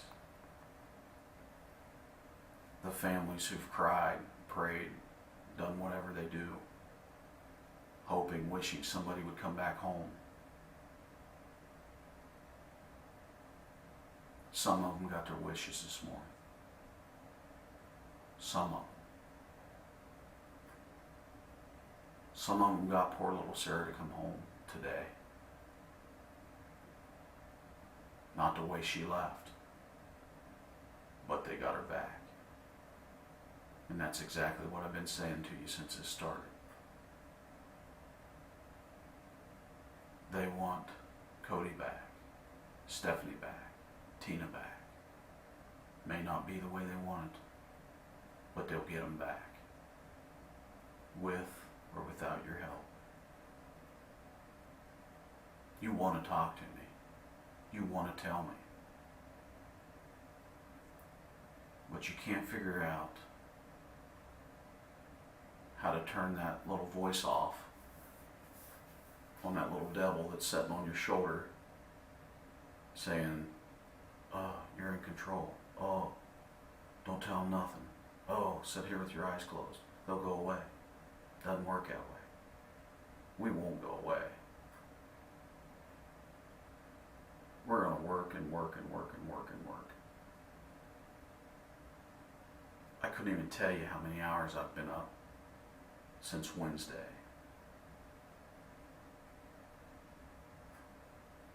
Couldn't tell you. It's called adrenaline. Adrenaline's keeping us up. Why?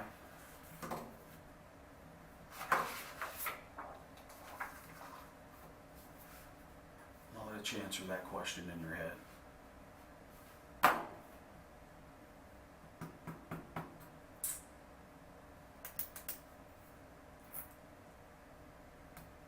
You want me to call your mom? Put the phone up to your ear so you can listen to her cry? While she's sitting there thinking about, what did I do? What did I do? Your mom's not blaming you for anything. Certainly she's blaming herself, because that's what people do. That's exactly what people do, is blame themselves for somebody else. Because the others won't take responsibility for what they do. I'm not asking for a whole lot here. I'm asking you for one simple thing. Allow these people to go home.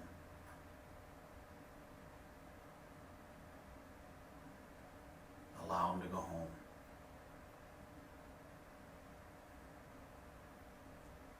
Stop trying to control everything. Stop trying to control everybody else. Start controlling yourself and not worry about everybody else. It's real simple. Matthew, real simple.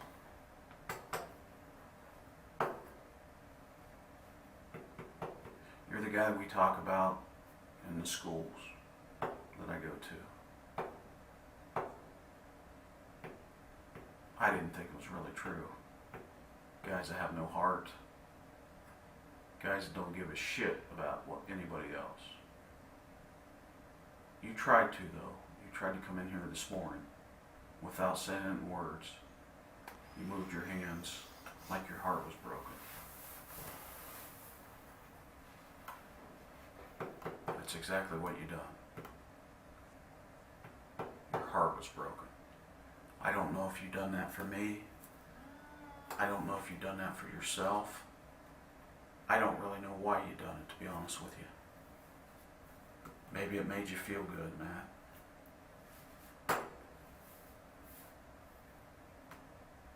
But I have a very hard time believing that this is the Matthew Hoffman that his mother knew, or his family knew, or his friends knew. I have a very hard time believing that. There is not a belief in my mind that you are this cold and calculated to do this and have no sympathy and no remorse for it. Other than trying to protect yourself. Because that's the way it's been as the hours click by.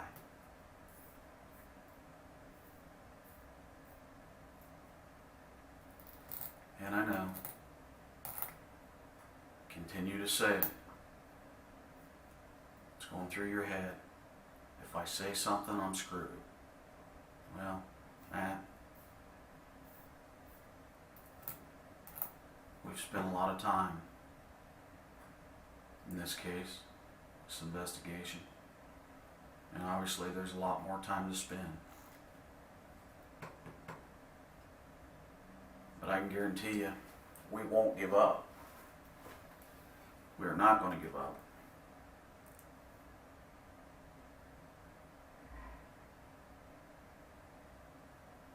We are not going to give up on you, not going to give up on them.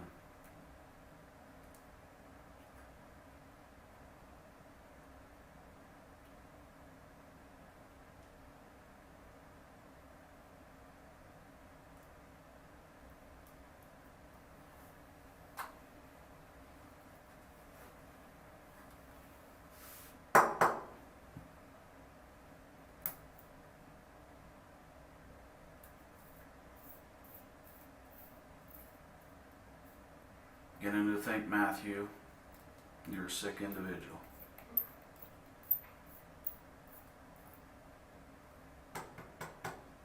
Can't believe a guy your age has had such a rough life that you hate this much. That you could possibly hate this much.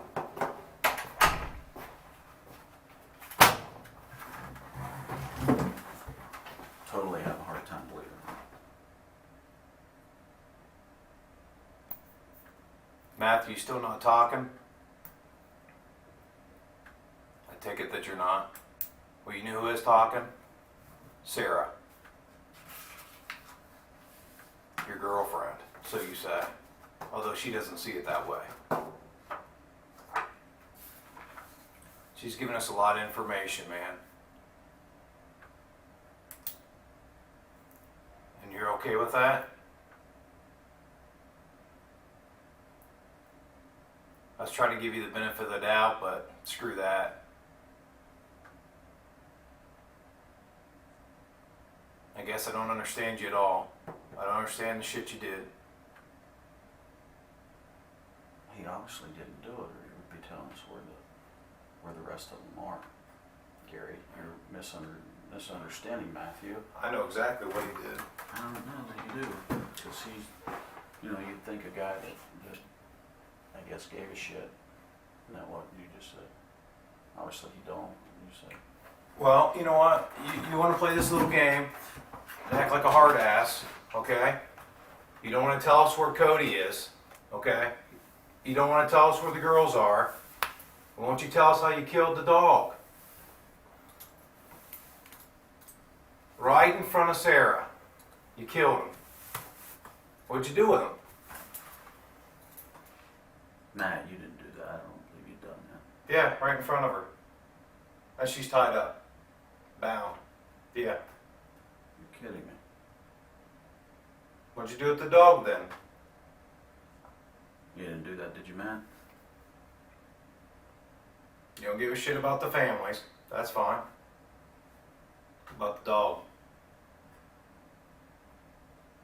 You know, if I'm not mistaken, I heard, and I didn't believe it either, but I heard that Matt might have done away with a couple puppies they had at one time. I didn't believe that. So, you know, sometimes puppies just don't live, but Well, the same with squirrels. yeah, Matt hunts. He likes squirrel. In his backyard and then eats them. Backyard. Yeah. I don't see anything wrong with eating squirrels. But you think, but then I guess the puppy story must be true. A couple of them just so happens to pass away. Who'd you kill the puppies in front of?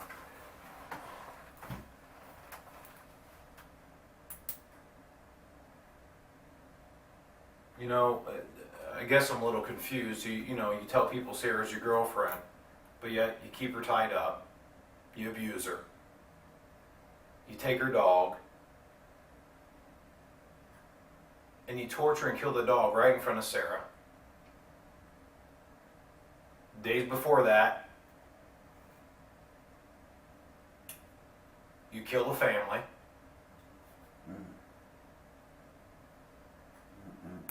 What kind of man are you? What kind of a man am I going to go tell your mom, who's telling me all this good stuff about you? Couldn't believe that you would do something like that. Looks like you could go. Although, thinks, well, maybe. I mean, he did have porn on the computer at their house. That's why she booted you out.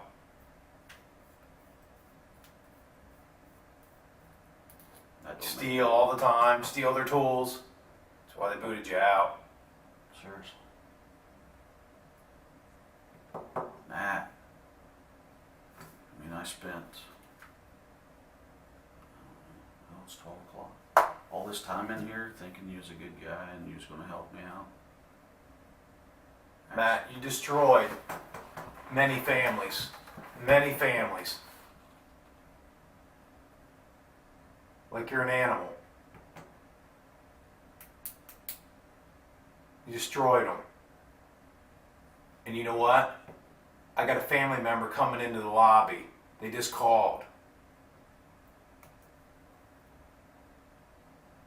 Sarah's dad. He's going to get some good news, but he's going to get some real bad news too. This would be a good time, man. And go up front and say, you know what?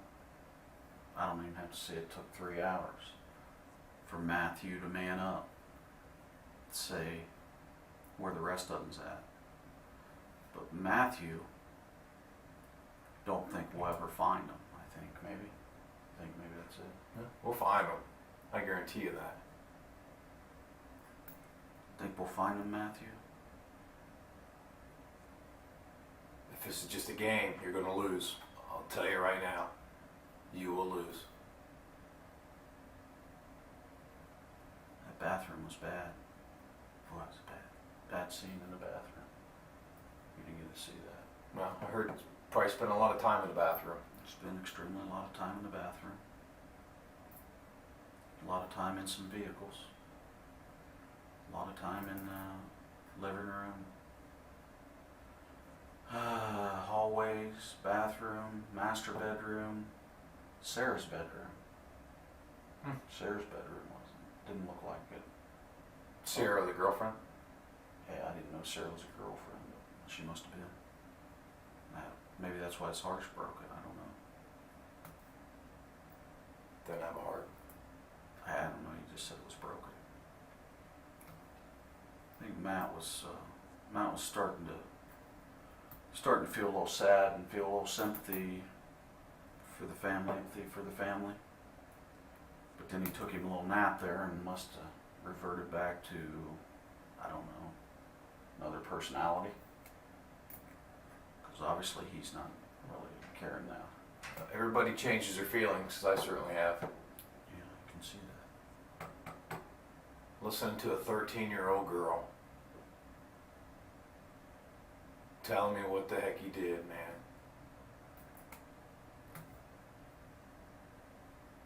You don't care, do you? You don't give a shit, do you? Huh? You obviously don't give a shit. He's got a heart, Gary. I think he does. Honestly think he does. And you know what? We might as well just go tell your mom that you just don't give a shit. You don't. Let her feel the way she wants to feel about you. If you're gonna be like that.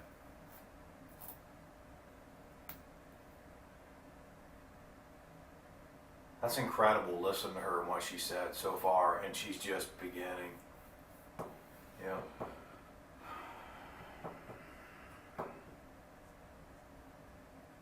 We're gonna find them. You know we're gonna find them. We're gonna find them. Don't know what condition they're gonna be in. We're gonna find them. Some of them may not have earrings in and rings on, are they? But we're gonna find them. Don't forget about necklaces. And necklaces. Yep. People make mistakes sometimes, People make mistakes. People only make mistakes when they want it to be a mistake. Matt, if you're hungry, I'll go get you a turkey sandwich. You eat turkey sandwiches? Matt likes turkey sandwiches. Don't you, Matt? And one's from Walmart.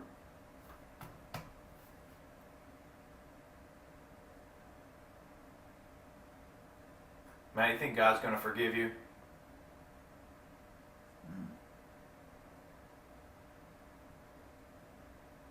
I don't think the families will. I think they will if Matt helps out. I have to disagree with you on that one. What about God? Think God will? That's between him and Matt. It's not up to me. I read him a couple articles out of the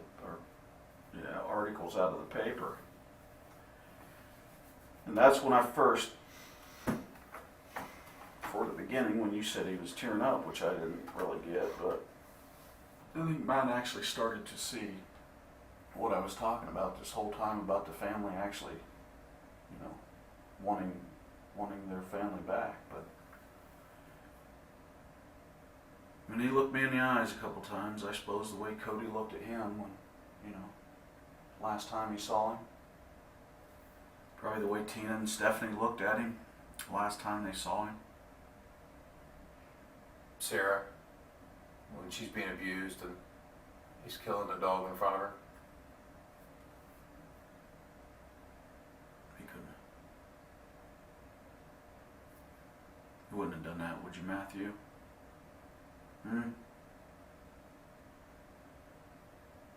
He wouldn't have done that. Matthew, everything's coming down. It's crushing. It's all falling all around you.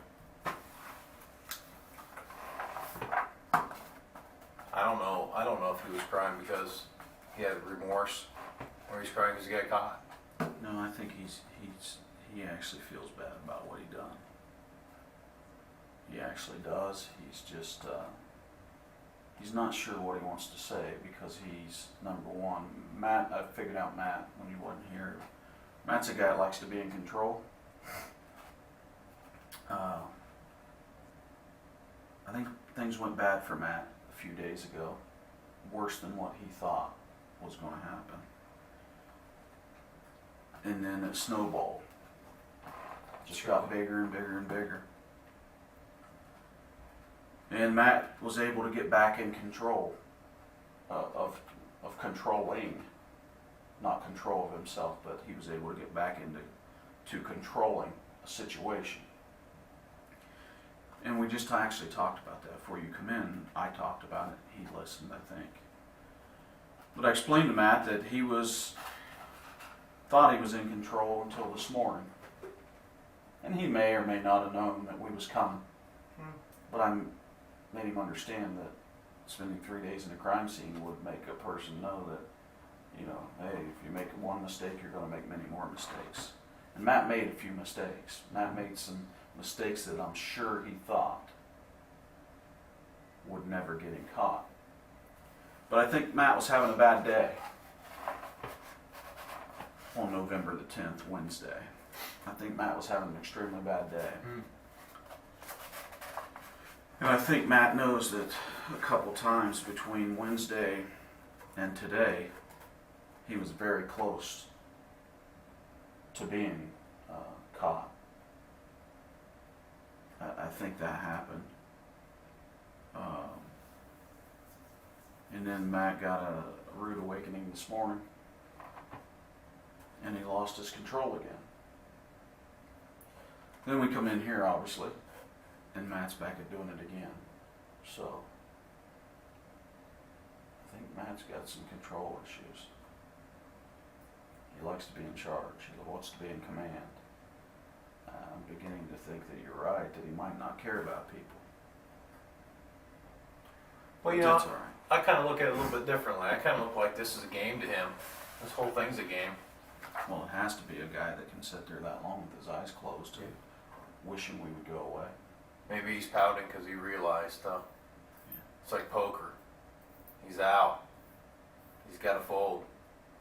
Thought he had a good hand by telling the deputy he was waiting for his girlfriend, Sarah. Yeah. Watching the deputies go over to the truck. It's a game. Problem is, put all those chips in. He lost. He lost. A lot of people lost. Didn't they, Matt? You lost. You lost big. I think Matt can help him game though. As far as I'm concerned, he lost. Game over, bud.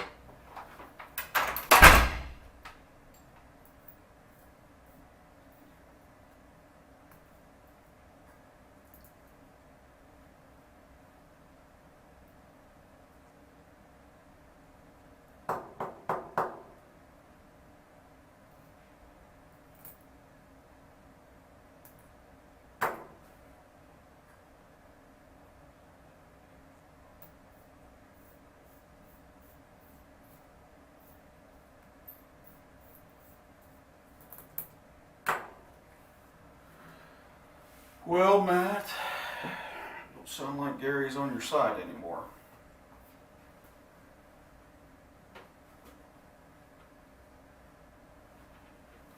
I think you still want to help, but I think it's got to be on your terms.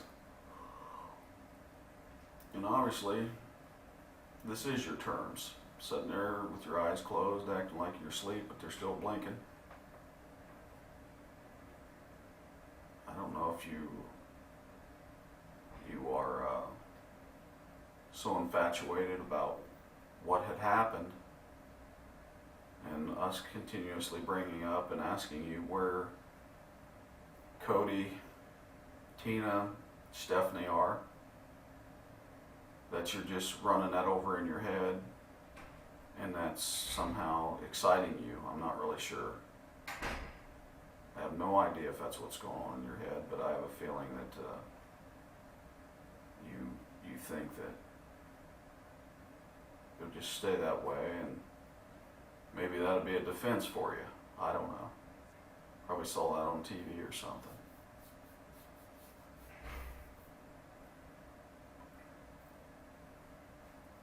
We don't need them to be returned to hem you up on this, man. We don't need that. But I have a feeling when you hear opening and closing arguments, and you hear detectives say, this guy wouldn't cooperate, they don't have to hear it from me. They can see it.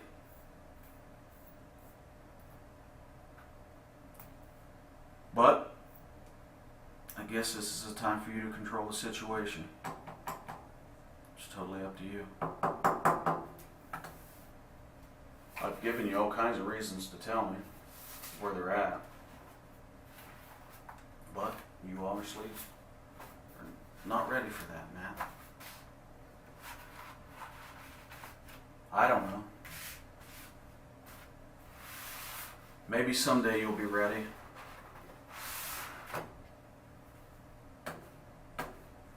We don't have someday, Matt. We have today.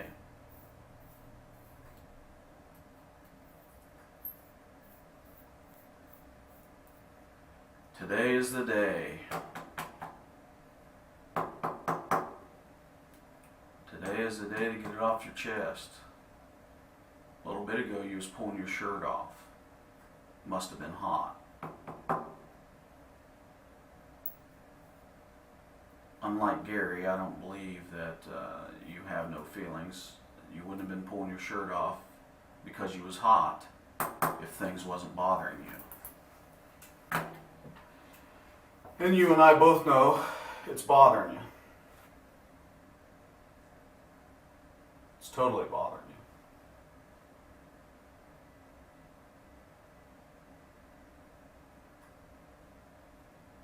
The only thing that bugs me now is you quit swallowing as hard as you swallowing. I haven't seen any more tears for a while. I guess you must be back to that not giving a shit attitude about what has happened, what has occurred.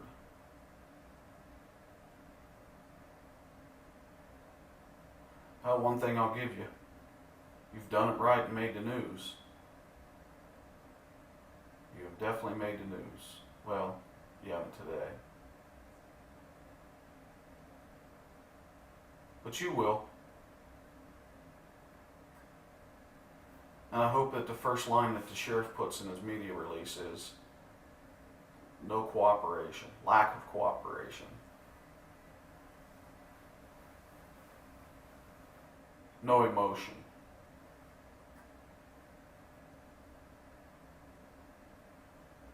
Maybe you reading that yourself will help you understand maybe and care a little bit.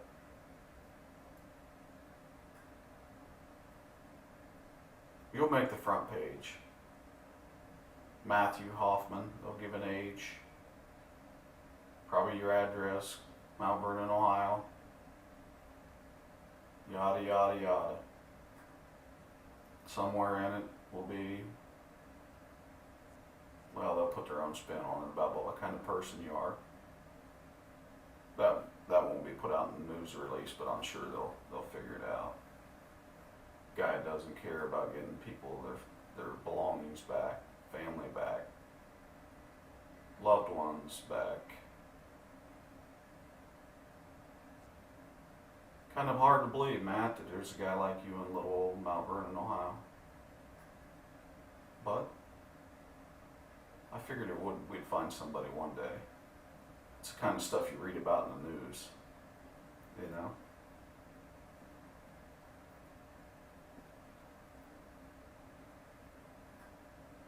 Sounds like Sarah's doing a lot of talking,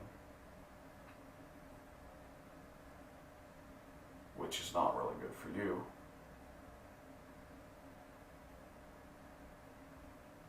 What I said a little bit ago about making some mistakes, Matthew, you made another one. Sarah's alive and well.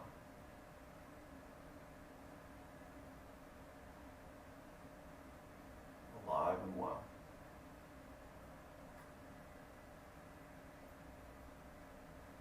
Video, evidence,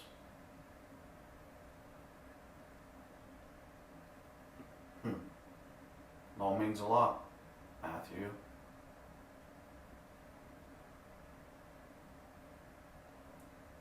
will give you one more opportunity before I walk out of this room.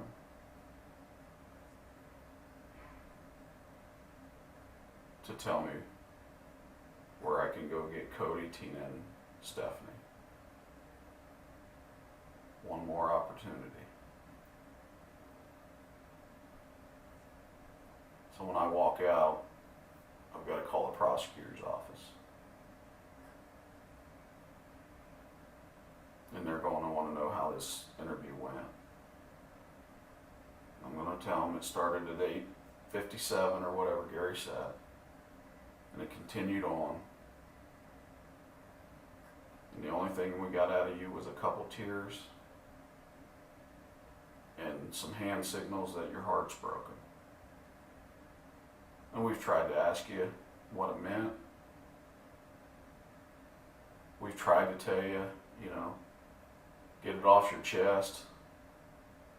We've tried to tell you, don't make family members believe that their family members are laying outside in the cold, rain. Don't put them through that. We've tried to tell you that. Many, many, many, many times we have tried to tell you that. But, obviously, you're trying to make a name for yourself, brother.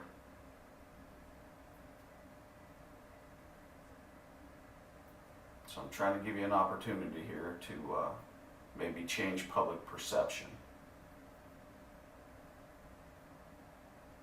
of Matthew Hoffman, Columbus Road, Mount Vernon, Ohio.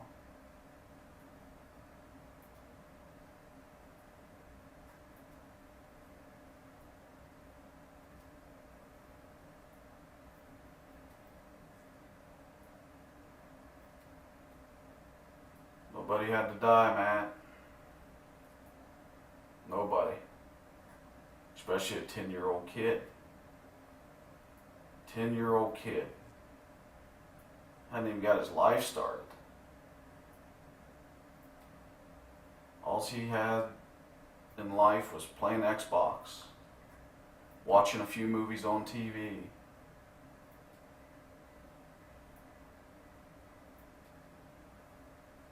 I don't know if you noticed at the house, but on the refrigerator was a note, "I will not mumble under my breath," and it was written umpteen times. So apparently if poor little Kody done anything wrong, Matthew, he must mumble under his breath.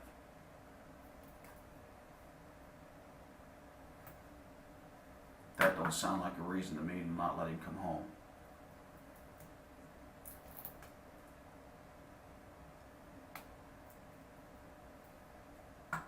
Does it to you, Matt? Does that sound like a reason not to let a 10-year-old boy come home? No matter what condition he's in? I'm kind of gathering that it doesn't really matter to you. Doesn't really matter. Well, Matt, I'm gonna go. I will send your regards to Larry Maynard, the father of Kody and Sarah.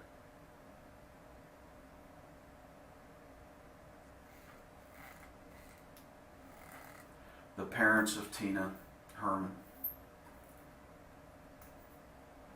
and Stephanie Sprang.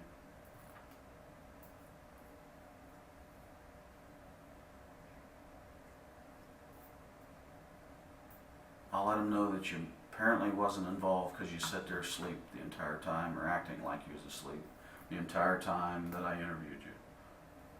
So I'll let them know. Do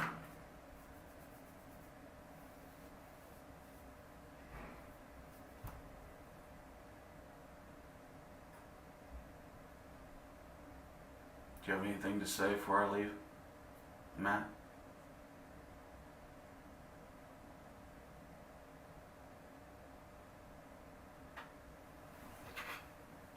Good luck.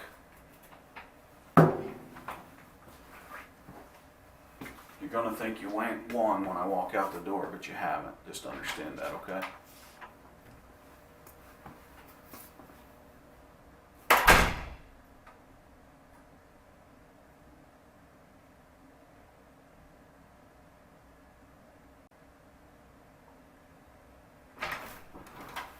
Hi, Matt.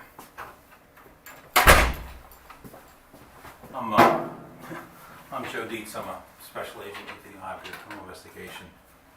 I just came in down here to help these guys out a little bit. And this morning I've been, since the time that they came into your house, I've been down with Sarah. I don't know if you knew her name, Sarah.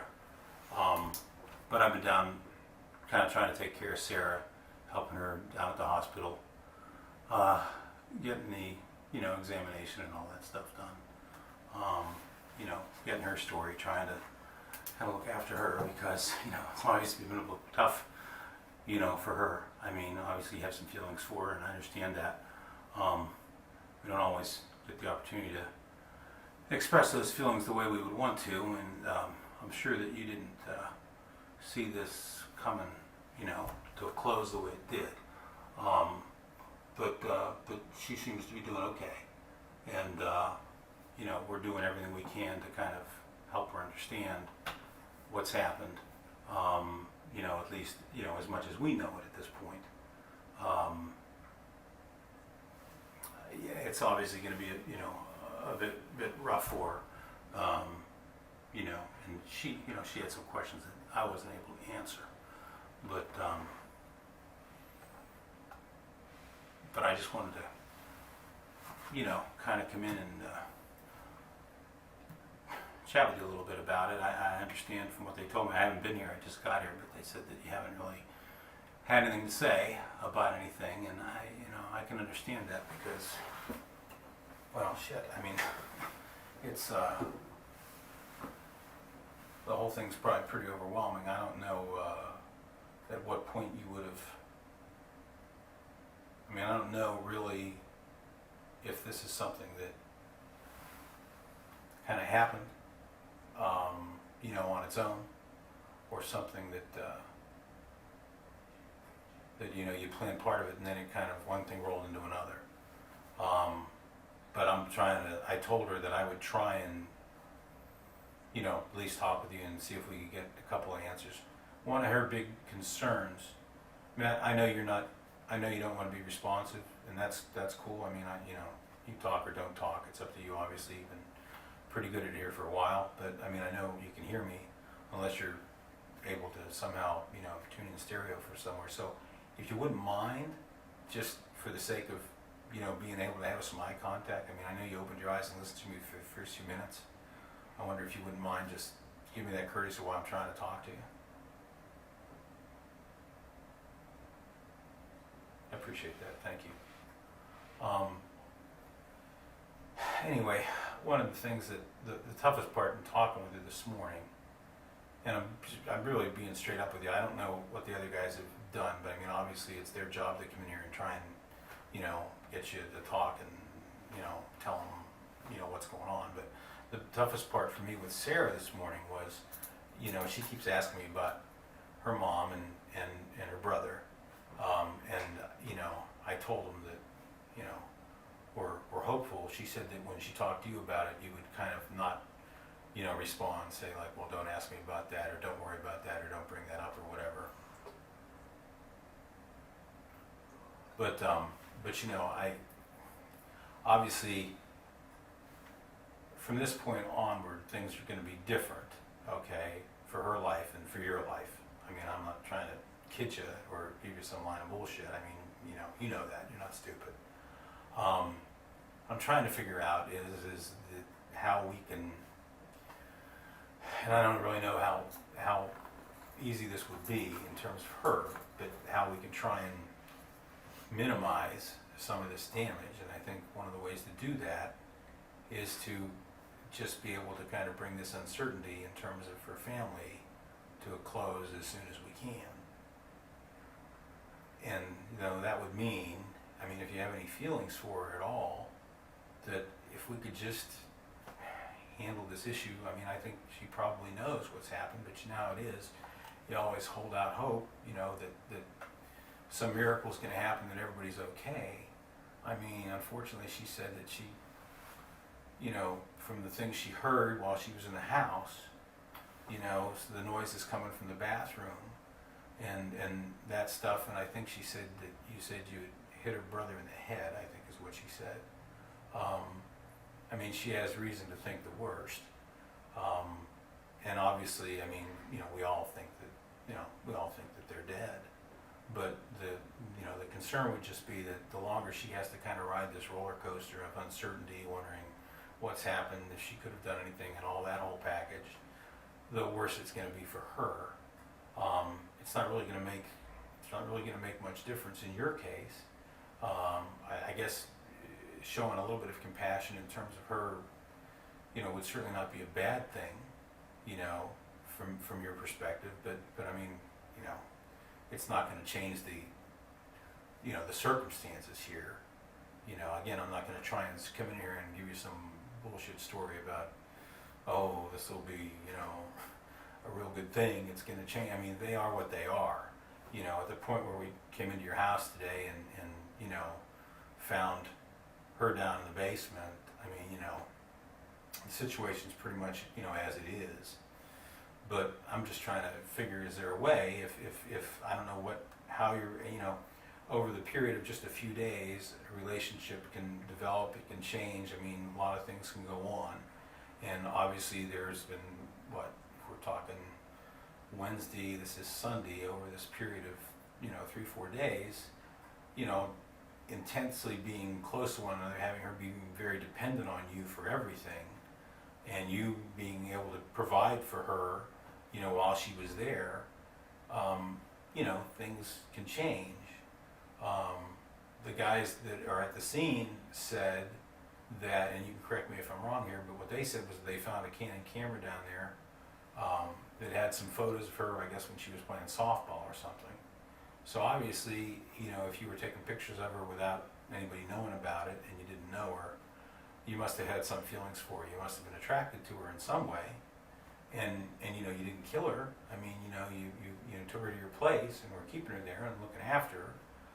So I guess what I'm asking you is if you have any feelings for her at all, if you would continue to do really one more act of looking after her by helping her bring some closure to what's happened to her mom and her brother.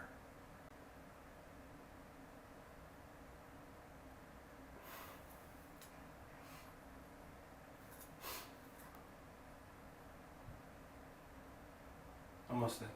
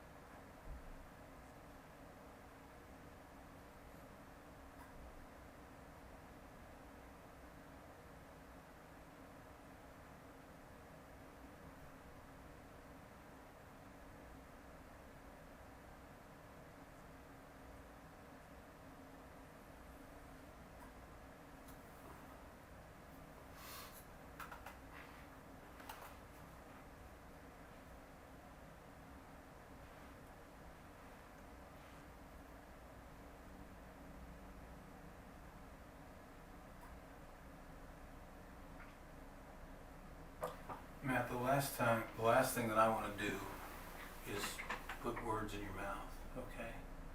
I mean, obviously, when we look at a situation like this, it makes sense what you say, that there was some confusion, that this isn't something that he necessarily had thought out step by step in terms of the way it went. But if I was going to guess, and you know, at least you're closer to having some idea than I am. But if I had to guess, I guess I would think that, I mean, Sarah's a very pretty girl, and fresh and young and unspoiled, athletic. I mean, just a lot of the things that are good and right about young women, without a lot of the things that happen as they grow older and become, I don't know, more affected by the world, and less pure and attractive. But what I'm guessing is that wherever you saw her, I mean, I don't know if you just, first saw her at a ball game or first saw her school bus somewhere, but that you just became genuinely attracted to her. I mean, just like anyone's attracted to someone who is a beautiful young woman, and that what your thinking was that if you could just figure out a way to be together, that it might be something that would work out very well. But life gets in the way. Now I could be completely wrong. Is that part of it at all? And then in an effort to try and make a connection with her, to try and pursue that beauty, that innocence, that purity, that things got complicated in the way and happened.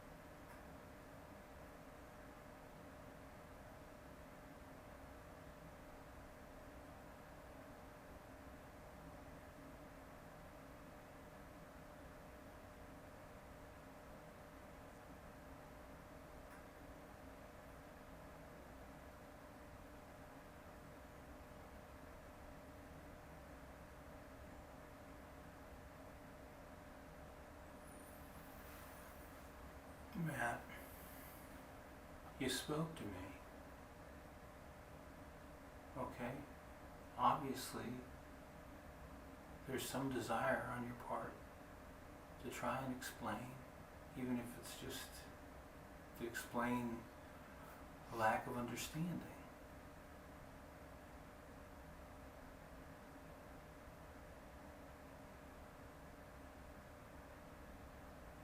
Even if it's just an effort to try and explain the confusion.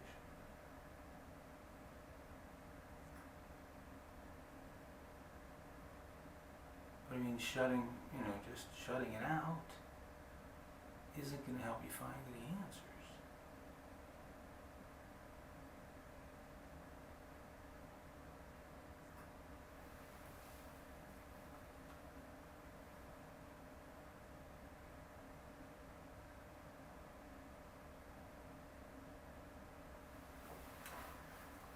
And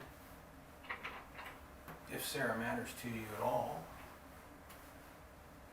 it's not going to help me give her the answers that I promised I would try and get. I mean, she is a really lovely, special young lady, and I told her that I would do my best to try and find her mom and her brother.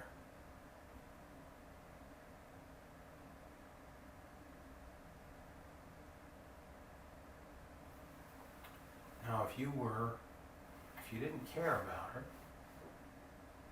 you could have just killed her too. You wouldn't have had to let her take a shower. You wouldn't have had to feed her. You wouldn't have had to, give her a sleeping bag or something to lay on. I mean, you could have done things a lot differently. So you must have some feelings for her.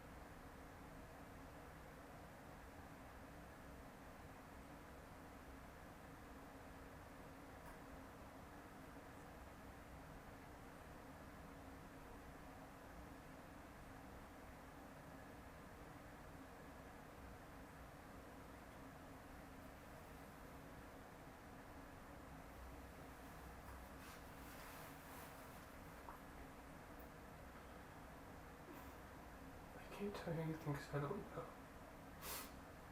You don't know?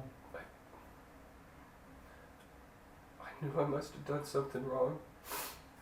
And I found her in my house. She's tied up. And so I took care of her. I don't really know anything else.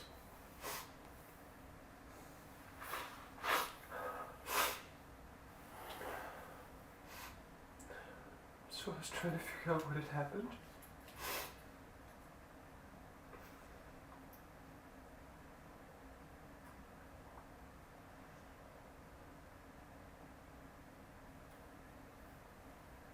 At what point did you find her tied up in your house?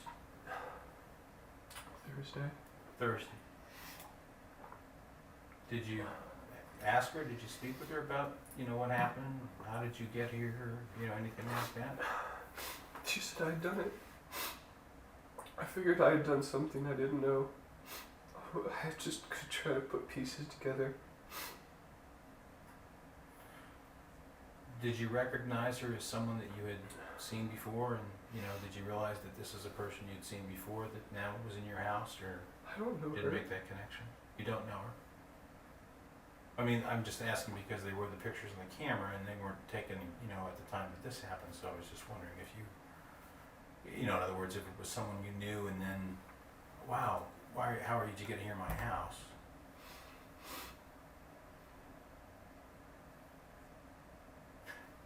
Do you remember her asking you about what happened to her mom and her brother? Because she said that she asked you a couple times. Do you remember that? I don't want to talk anymore. Okay, well, the reason I got you, the reason that you kind of started to talk to me at all was because of the situation, when I was talking to you about the fact that I'm trying to bring some closure for Sarah. Okay, like I said, obviously you recognize that you did something, you're trying to take care of her and so forth. I just, wanted to see if whether you know how it happened or not. Obviously she was in your basement, so when you discovered her there, you knew something happened. And so I guess what I'm asking you to try and do is, for her sake, is if you could try and piece together where her mom and brother might be, so I can give her that closure, even if you don't remember how they got there. That's really all I'm looking for. I promised her that I would do my level best, and obviously she knows that you took care of her. She knows about the experience, at least the part that you remember, as you said you took care of her. So I guess I'm just asking if you'll do this one final thing to take care of her. When I go back to report to her, I would like to be able to say to her, and I will tell her what you've told me. I will tell her that you're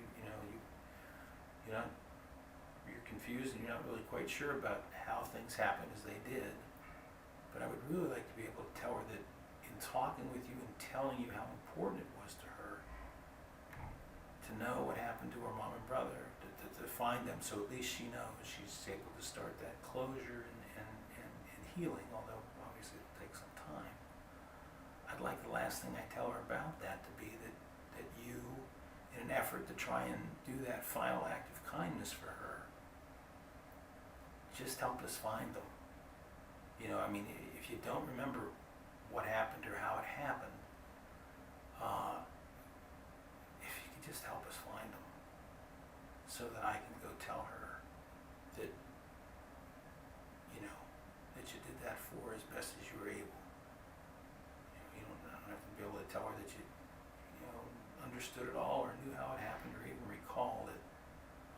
If you could try and recall where they're at, so I could find them and bring her that closure and help her start to heal. I give you my word that I would tell her that although it wasn't easy for you, that in order to do her that act of kindness, you were able to search your mind and your memory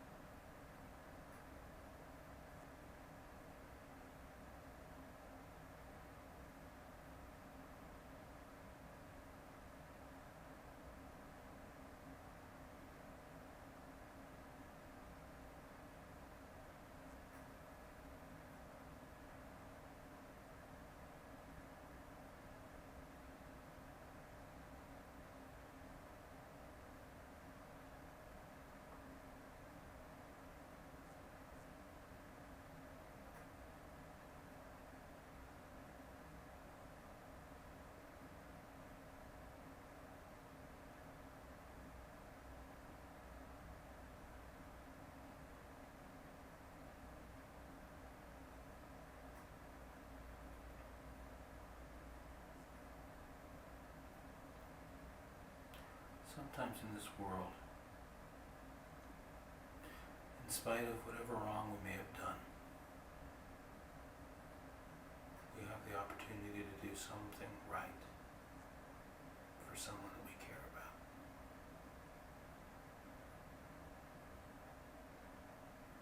And sometimes that small act of doing something right, when we have the choice,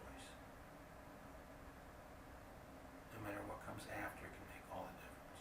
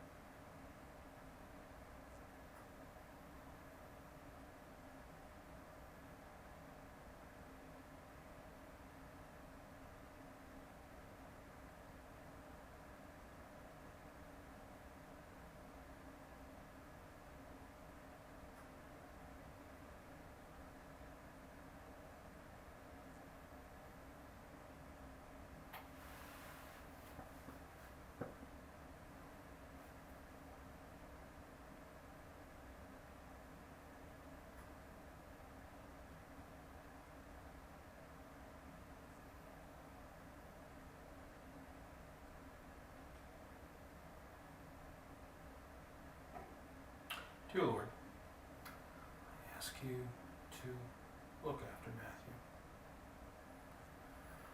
to help heal his memory and whatever needs that he has in terms of trying to deal with the circumstance he finds himself in. I ask you to give him a sense and a heart for Sarah and her loss of her family and her need for closure and the harm that's come about with or without his knowledge or awareness. I ask you to help him find peace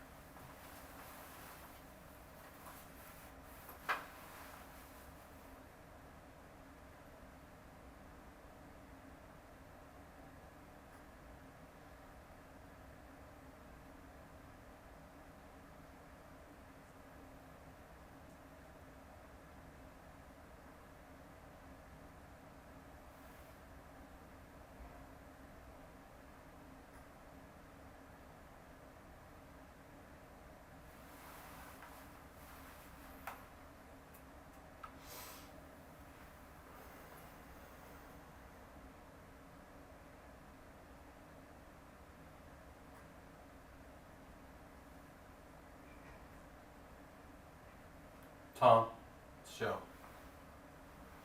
Yeah, no, he didn't say anything to the earlier guys, and I came in and I tried to tell him what Sarah was asking for, and I don't know, he doesn't seem to really be able to quite recall it. I tried to just get him to recall where the bodies might be or where they might be so we could bring her some closure, but I don't know if he honestly can't remember, or he just doesn't care. But you're gonna have to tell her I tried, but I don't know. I don't know what else to do.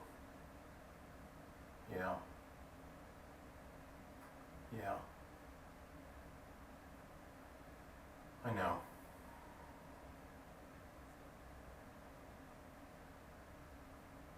No, just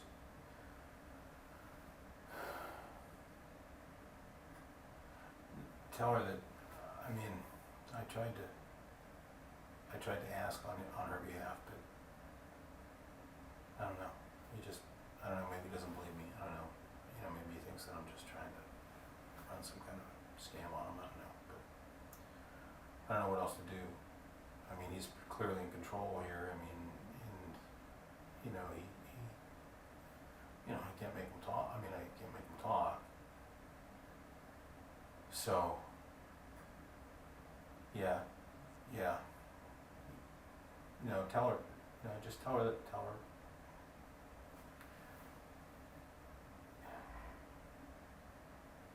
Yeah. Okay. All right.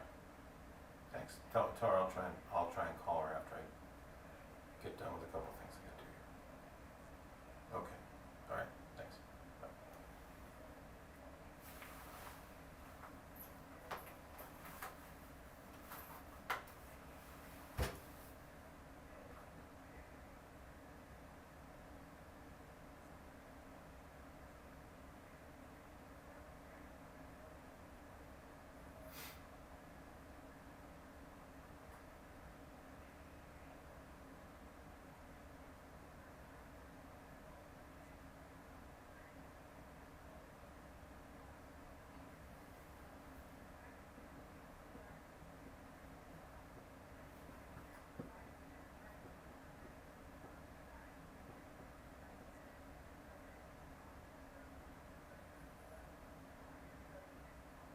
Hey Matt, just a couple more questions in terms of what I can tell Sarah.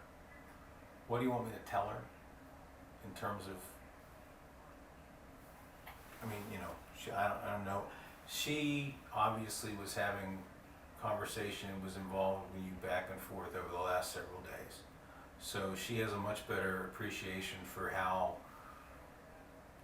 lucid you were, or how able you were to kind of put things together, if you seem to be, knowledgeable and accurate and, and kind of,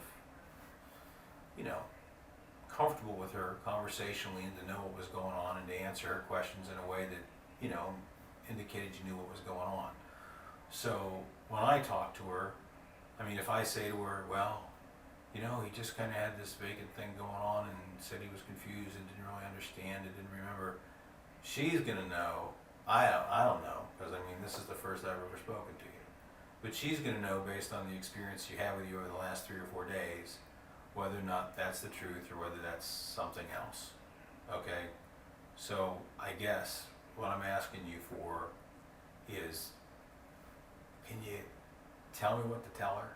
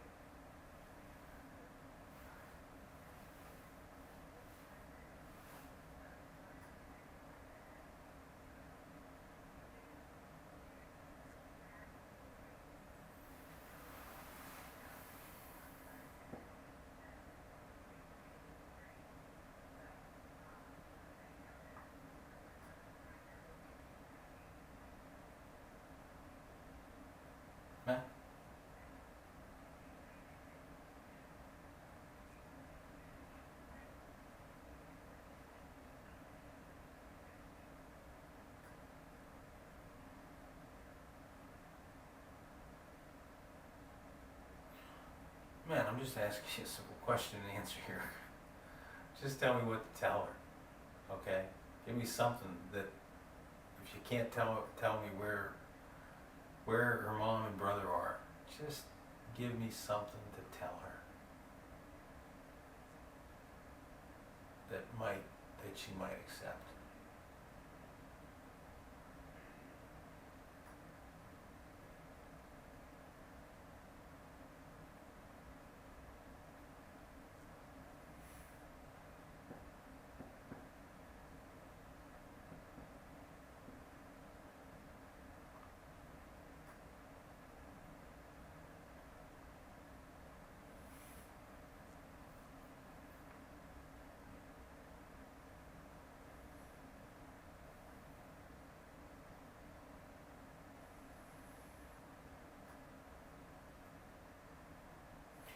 This is my concern. I don't know if you've ever heard of Stockholm Syndrome.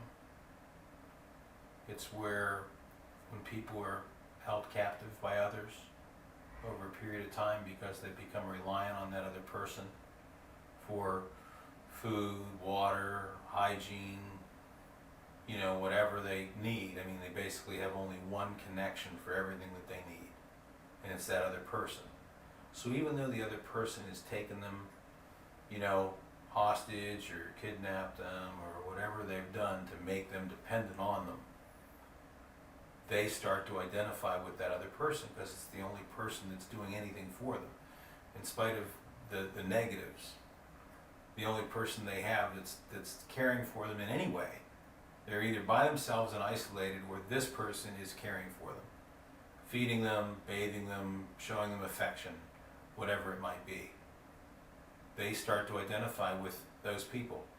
And even though it would make sense that a person would be angry or upset or feel badly toward that person because they've deprived them of their freedom or whatever else they've done, they become dependent on them. They actually develop a sense of need and start to identify with them and start to appreciate the care that they're getting, and it changes their normal feelings of resistance or anger or fear to more of a feeling of like, well, this is the person that's taking care of me. And then when that period of restricted movement, of captivity or whatever comes to an end, then they're left struggling with how they feel or should feel. Because even though they've been taken captive, they end up feeling a sense of gratitude, a sense of appreciation, a sense of, I don't know if it's too much to say, care or even affection for that person that was taking care of them, in spite of whatever else they may have done, rob a bank or whatever it might be. Well, here's the kind of double whammy there, okay? Then when that person is taken away from them and there's no opportunity for there to be any closure, then they're left feeling, it compounds the situation that they're in. Okay, in this particular case, because of the intense, close quarters in which you were living in, and the intense exposure to one another over that time period, plus the difficulty of having the people that she lived with in terms of her brother and her mother, in terms of her perspective, something bad happened to them. She's really left in a real turmoil here because, you were caring for her, looking after her, and now she's left, you're gone. She's left and she doesn't know what happened to mother and brother. And in a sense, I thought it was a little odd, but I guess it makes sense as I think about it. She's trying to reach out to you this morning and saying, please, see if Matt will, tell you what happened to my mother and my brother. And so she's left with these feelings of, probably, you talked about being confused. She's got to be feeling a lot of feelings of confusion too, about how she feels about you, about what happened to them. And the only one she's in a position to reach out to now, because her family's been removed from her, is you, through me, to try and resolve those conflicted feelings she's having. in the hope that you are going to care for her one more time in helping her to have this knowledge of what happened to her mom and her brother, to help answer that question.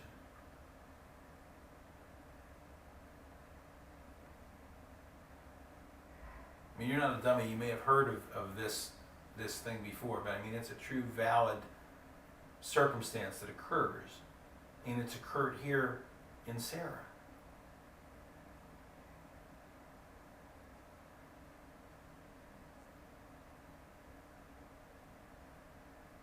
I mean, she's basically, through me, standing here begging you to give her this closure for her family, to help her at least come out of this with some resolution in terms of her feelings for you, which she can appreciate if you do this for her, and her sense of loss with her family.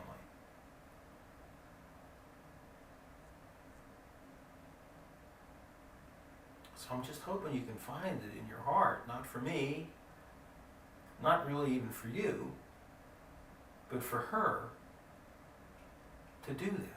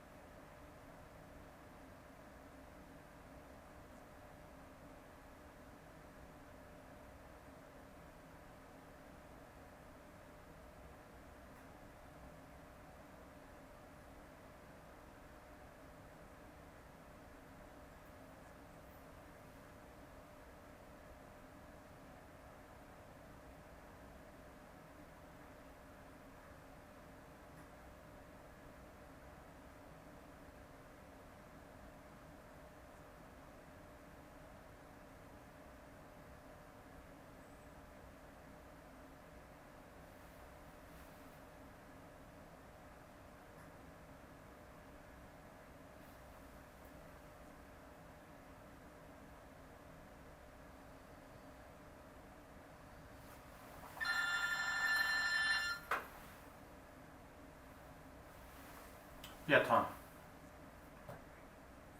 Yeah, I'm sitting here with Matthew.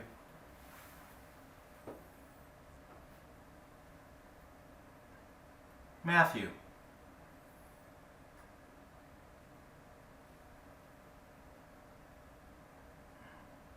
I'm sitting in here with Matthew, which is the guy that we took out of the house this morning. He's kind of catatonic. He said a few words to me, but as I said earlier, I tried to get him to, talk to me about, to answer. I told him how Sarah,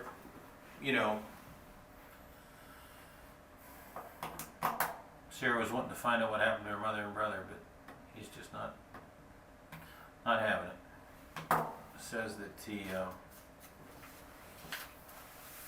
doesn't remember or is confused. Kind of like came to and found her in the basement, but doesn't know how she got there. Realizes he must have done something wrong, but just can't account for it. I tried to kind of plead with him, as we had talked about, Mm-hmm.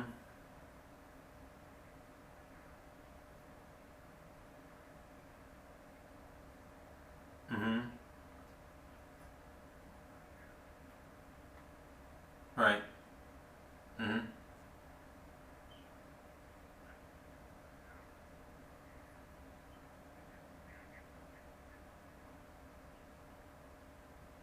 Mm-hmm.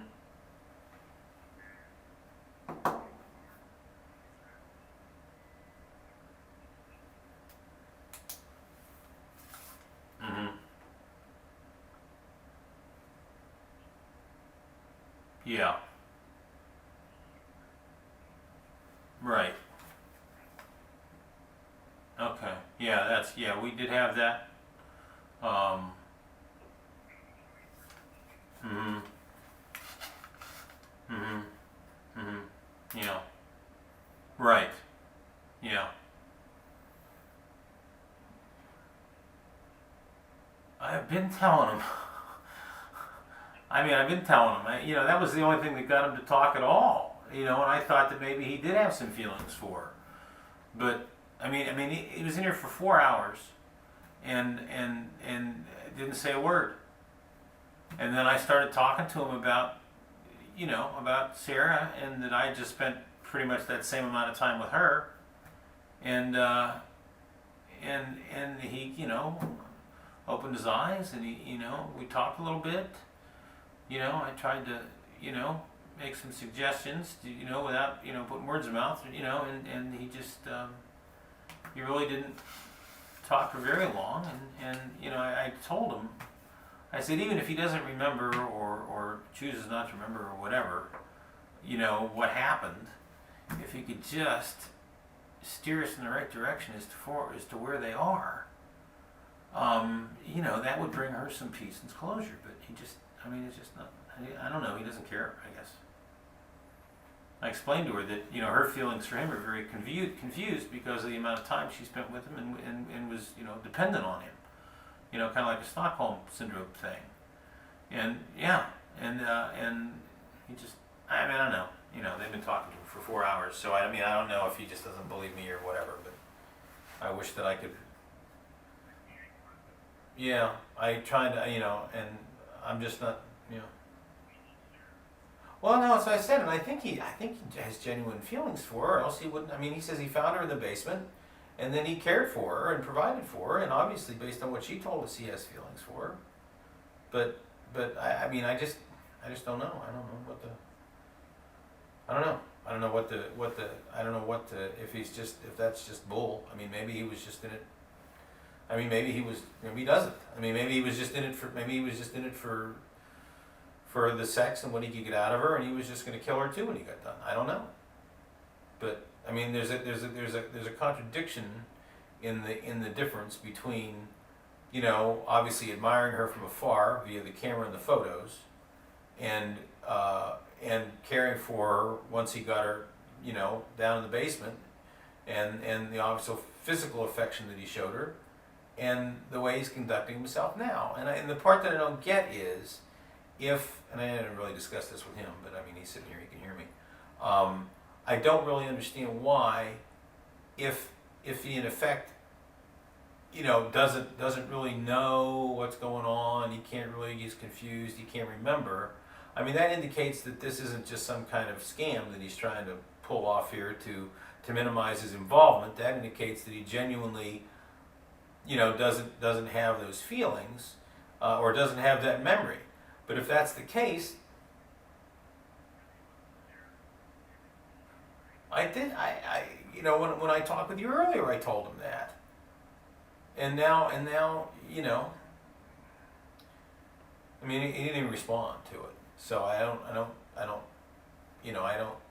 that it makes a difference. I asked him, I said, just tell me, I said, she's the only one who knows whether or not, you know, because she's been with you for 4 days, and she knows whether or not you were talking like some spaced out guy who doesn't, you know, is confused and doesn't remember all this stuff, or if you were talking to her like a rational person who knows what he's doing, can account for things, gave her direction, told her what to do, what not to do, you know, took care of her needs. You know, it's not like he brought her a pile of straw and dog food. I mean, you know, so only she knows whether this is a bunch of crap that he's doing here, or whether or not there's some legitimacy to this. But obviously, if she was with him for 4 days, she knows if he's lucid or not. She knows if he suddenly, you know, his eyes opened and he looked at her like he didn't know where she came from, or if he all the time acted as if he knew exactly what he was doing. And because she knows that, this shtick that he's doing here is either, she's going to know I mean, she knows the truth. She's going to know whether this is genuine or this is completely inconsistent with the way he's been acting for the first 4 days. And if it is completely inconsistent with the way he's been acting the first 4 days, or the last 4 days, whatever, 4 or 5 days, then she's not going to buy this. And this isn't going to bring her any comfort. She's not going to be comforted by the fact that, you know, he's saying he's confused and refuses to talk for 5 hours. She's going to see right through it. She's going to know that whatever affection he showed her or professed for her, I don't know, you know, what all, that was just crap, and that he's not willing to help her now. You know, and I don't think the fact that you're sitting there with her and she really wants, you know, to know what happened, I don't know. But that's, you know, that's the way he's conducting it. I mean, I'm not going to try and force him to do anything he didn't want to do, but he just genuinely doesn't appear to care. And like I said, I mean, she's going to know, based on what we tell her about this exchange, whether or not this is legit, or whether this is just a guy who was controlling and looking out for himself and only himself in this whole experience, is just now trying to continue to look out for himself and doesn't care for her at all.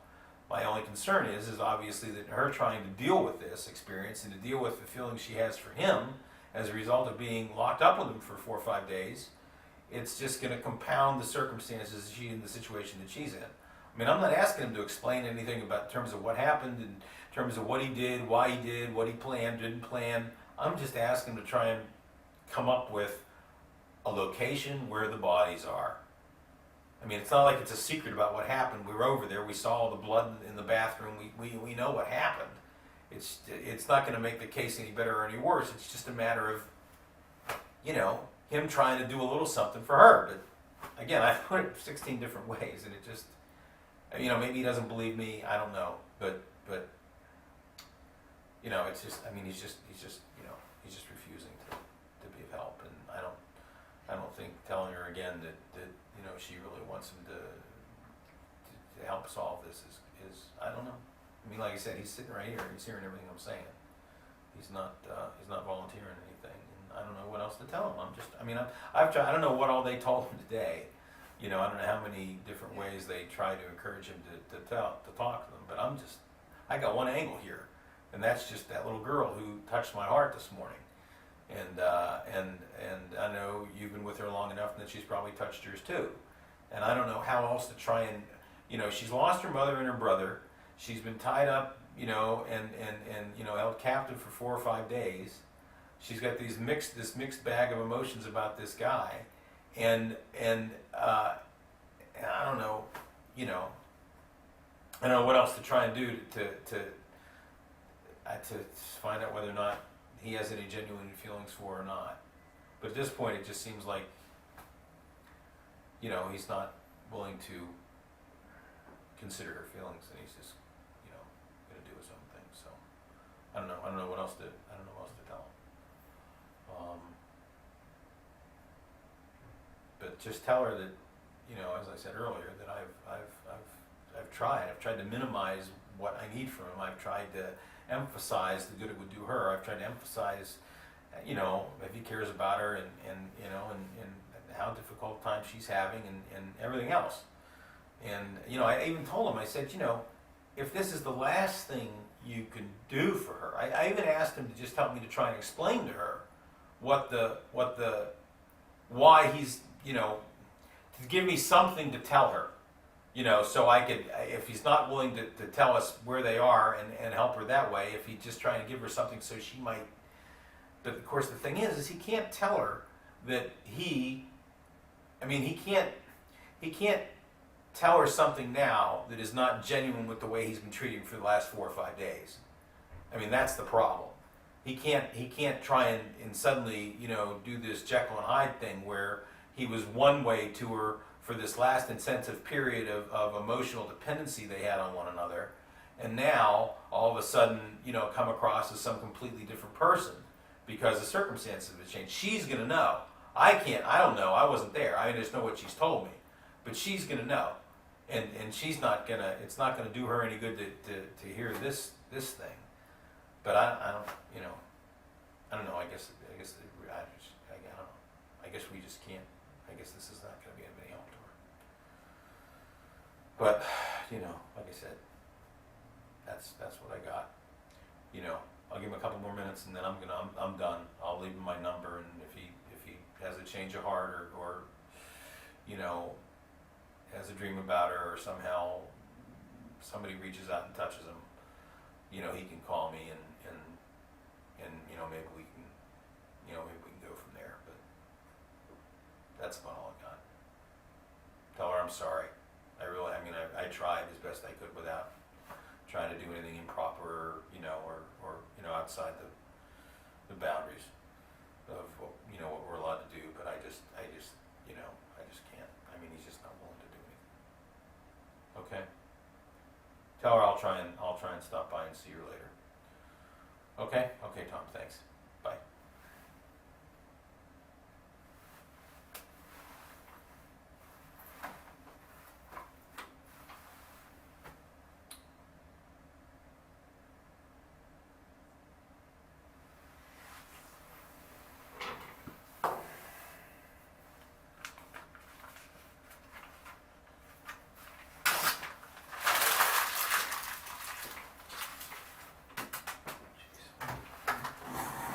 Tired of being in the basket.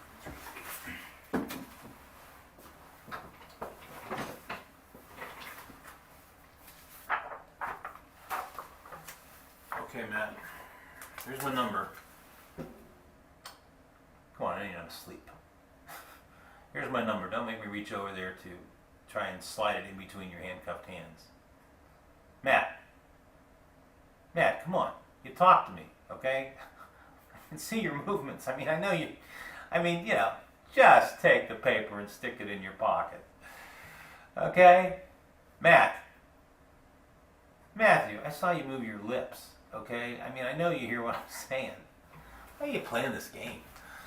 Would you just take the paper? It's just got my name and number on it.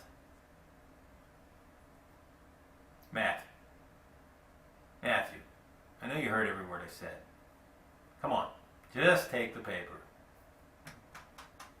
Come on, man. Take the paper.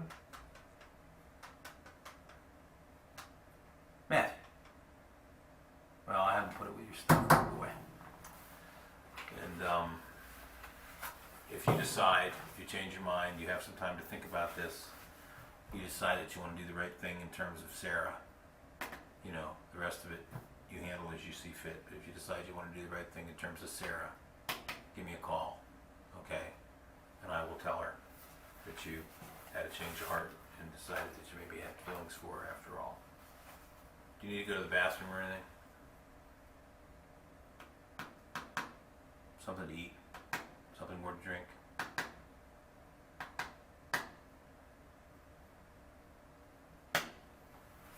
Okay.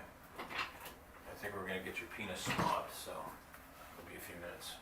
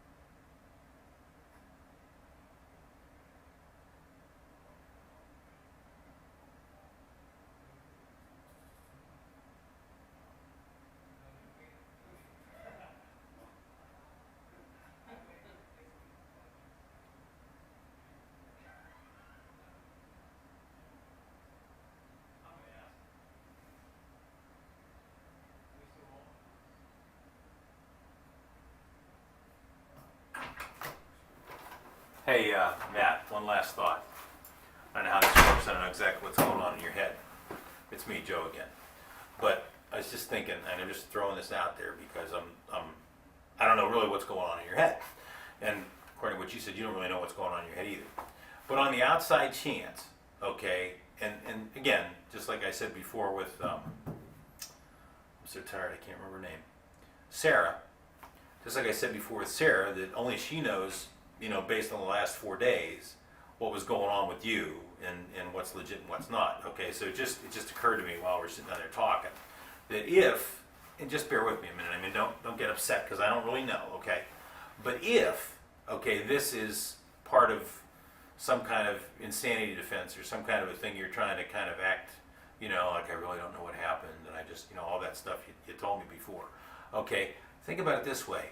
If, okay, you did kill, you know, well, we know you killed them, but if you did kill them and then you know, cut them up in pieces and put them in garbage bags and did all that stuff, okay, and then took them out somewhere and dumped them or buried them or ate them, I don't know what you did, but whatever it was, that's all, that makes you look, you know, I mean, that feeds that whole thing you're trying to do. So telling us about it, aside from the fact that it would help Sarah, and we wouldn't have to go into the details with her, would help. I mean, if you're going to try and make that argument, you know, that would actually help. If you know, kind of like almost like a double negative. But I mean, bad as it was, it would help. You know, that whole thing. So think about that. I mean, I hate to think that, you know, it's really, but I mean, based on what we saw at the scene, it looks like it's not real good. You know. She reports hearing, you know, chopping noises and you know, obviously there's a whole lot of blood there. I mean, you know what it looked like. So, you know, that's a thought. I mean, that would kind of, I mean, if we don't find it, I mean, it's not necessary, but, you know, if we find it and you tell us about it, you know, even if you kind of tell it like, you know, well, I kind of remember this, I mean, that would probably serve the purpose. So, just something to think about. Any chance that's going to, like, prop you out of this thing and, you know, get you to tell us something?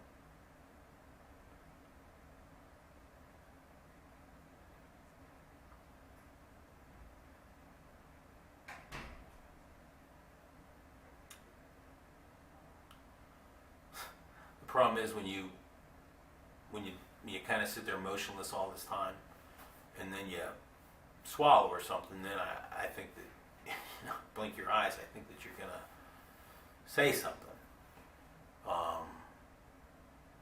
So I don't know really, you know, if if I should stick around or not.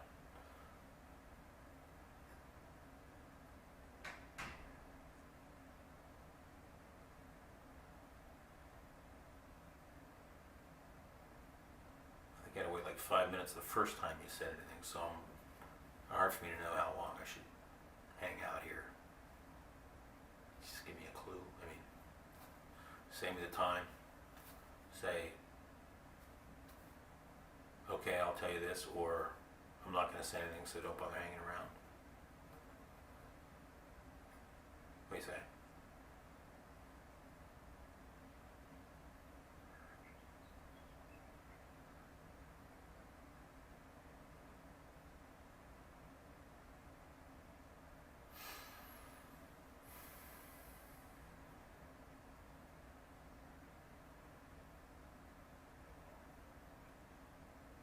Can I ask you one question, kind of off topic? The orange and the black Halloween shirt, or they said it looked like a Halloween shirt or something like that, from Walmart. What was that about?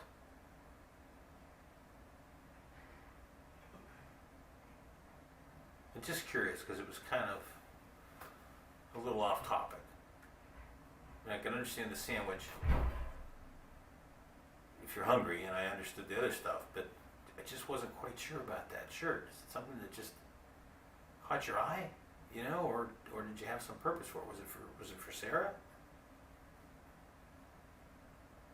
To make some notes, maybe if we could, beyond this, so you get your memory back or something, we can talk. Because there's always unanswered questions you'd like to get the answer to, even if they're not directly germane to what's going on.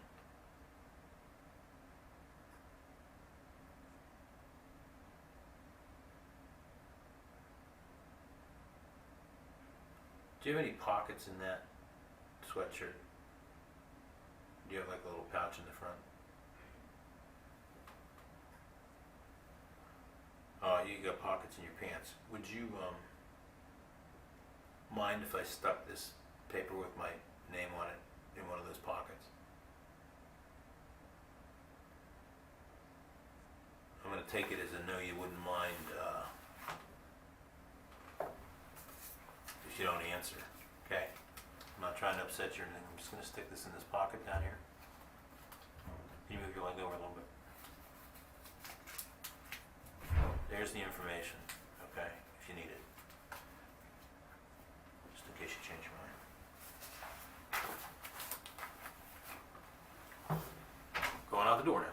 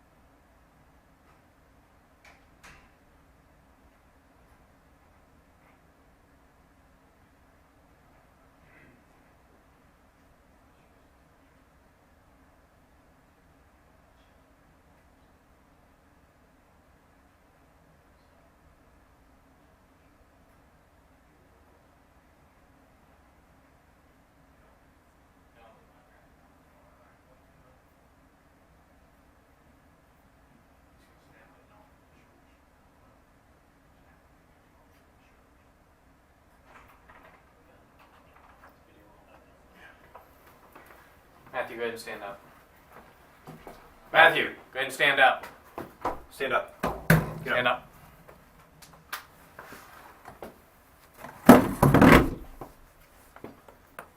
Look at the camera, right? couple more of you here, okay? Matthew.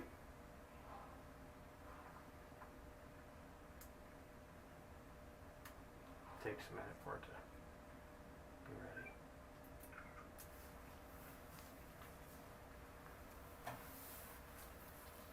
Matthew, you gonna have any marks on you? Matthew, you gonna have any marks on you?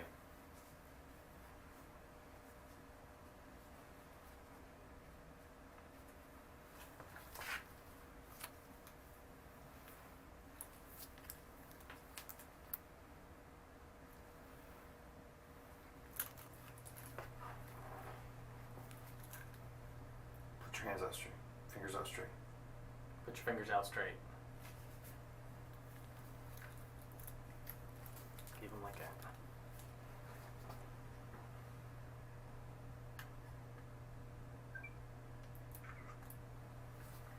Pictures of this forearm.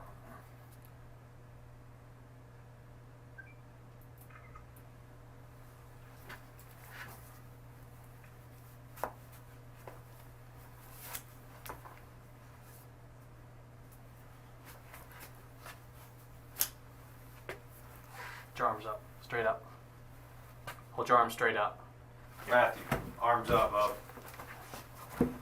Relax, man, just relax.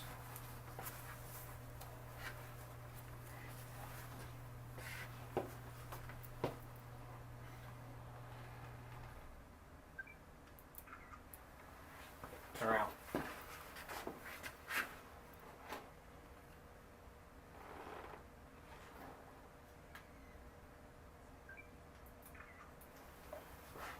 Get your hands free now.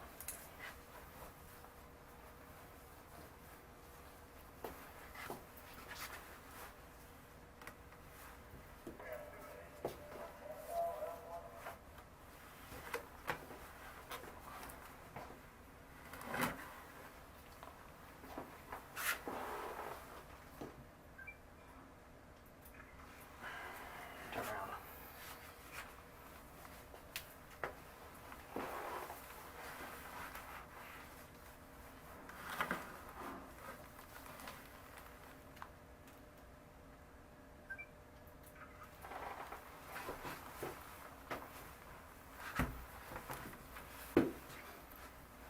Hey, Matthew. Yeah. Here, well.